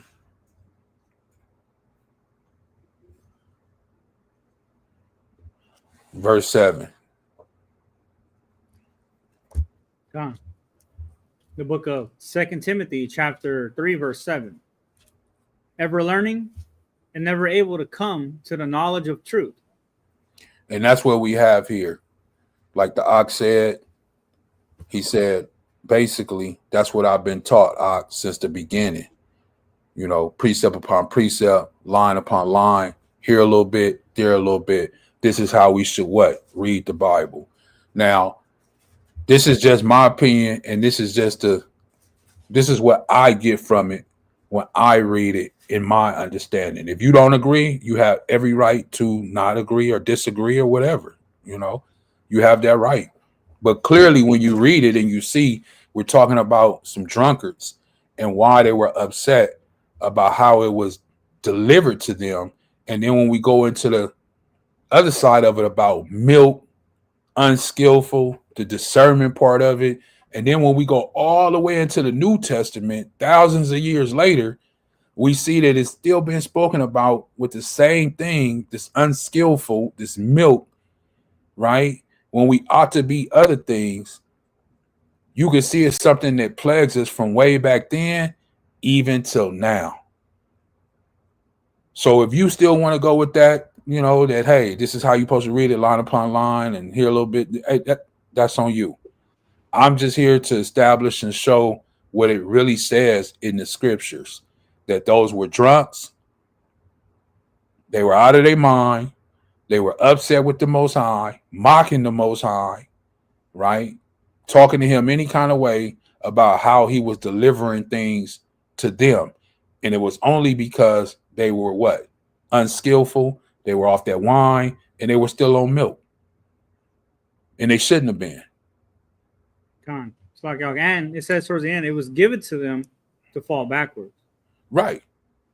Right. That way. It was given to them that way so they can fall backwards. So, I mean, that's all I got. Unless you wanted to bring something else out. You want me to go somewhere for you real quick? For the most part, maybe next week. I got an idea we can talk about behind the scenes, but I just want to say all praise to the Most High. That was a great lesson. It really was. Just to dive into it, and that's a good topic that was brought out, because I do know that there's a lot of brothers, and I use brothers because we're the ones bringing it out most of the time, that have come up under that understanding. And I would imagine that understanding comes from those brothers out east originally, right? And there's nothing wrong with that. You know, we all learn. This is not a shot at anybody, because it's not. Like we just brought out right now. It's ever learning. It's always going to be ever learning until Hamashiach returns. It really is. And there's nothing wrong with that. And again, just like the Ak brought it out, you know, if you want to agree or disagree, this is of his opinion, but I'm under that same understanding as well. Listen, it's ever learning. And if you feel that resonates with you, all praise to the Most High. And if it doesn't, all praise to the Most High. That's all we're trying to do, is bring out the word, have a nice dialogue with whoever's watching, whether it be online or in the flesh, out in the streets. That's all we're trying to do, is have a conversation, bring out what the word is of the Most High, chop it up, let's see how it is, and just bring it out. And I want to say that the way that it was given at that time was for people that were what? On milk. So is it a bad thing to use, you know, precept upon precept, line upon line, here a little bit, there a little bit? Not for beginners, because it is presented in such a way that is for what? People that are on milk or a babe, right? Let me get one more real quick. We'll go to Peter. I believe it's 1 Peter chapter 2, if I'm not mistaken. Am I sharing? Yes. Con. 1 Peter chapter 2, verses 1 to 3. Right? He speaks of, even Peter speaks about this. This is why I'm saying it's all throughout the Bible. Go ahead. The book of 1 Peter chapter 2, verse 1. Wherefore, laying aside all malice and all guile and hypocrisies and envies and all evil speakings, as newborn babes, desire the sincere milk of the word, sincere milk of the word, that ye may grow thereby. If so, be ye have tasted that the master is gracious. So Even Peter is letting you know, desire that what? Sincere milk. This is somebody just coming in, right? That's trying to get that milk of what? The word, that you may what? Grow. So this is why Peter, Paul, the writer of Hebrews, reference what? As Paul said, I tried to come to you with strong meat, but I couldn't deliver that to you, so I just gave you milk. I still want to give you something, but I couldn't give you what I really wanted to give you. Peter is saying, desire the sincere milk, get that of the word. And then once you grow, I'll be able to give you what? This strong meat. It's the same message. So the reason the Most High was giving them here a little bit, there a little bit, line upon line, all those things, precept upon, the reason he was because they were milk. And this is what they were upset about. They were upset of getting treated like children or getting treated like ones that were, as they said, on milk or just recently weaned from the milk or off the breast. Right? And they were upset about it. Who does he think that he is? So like I say, this is not a put down on the ox that use these things. Hey, if that's what you want to do, that's fine. But to say that this is what it means, and this is the way that you teach the Bible, that's, you know, I would have to disagree. I would have to disagree that this is not the way that you have to teach the Bible. But it is something that could be used for beginners that are coming in and want to receive or need this what? Milk. Because just as well as anybody that comes in to start to learn or start to receive something, if you overload it, then a lot of times most of the stuff is rejected because it's just so much, right? You're not going to feed a baby 64 ounces of milk, a big old container like this, and just say, drink it all. The baby will do what? Throw it up. They will get sick, or they start to, it'll start to come out all over their bib and stuff. I'm not too sure, but I know on the newborns, it's a certain amount that the parents give them, or, a mother, if she's feeding from her breast, I don't know how it goes, but does the baby let you know that they're done? Like when they're feeding from the breast? Yeah. So even they know intuitively at a young baby, a month or two old, they know when they're done feeding that they got enough. They don't just sit there on the breast all day and just suck. The mother couldn't take it. Just sit there and suck all day. They're greedy. Yeah. You got some that's greedy. Hey, and you got some in the truth. They just never stop. That's all they do. Read, study, go. But one to the wise, even in that, from where we go back to Wisdom of Solomon, or Solomon speaking, he tells us even in that, so much studying that even right here, verse 12 will tell you, go ahead. Ecclesiastes chapter 12, verse 12. And further, by these, my son, be admonished of making many books. There is no end. And much study is a weariness of the flesh.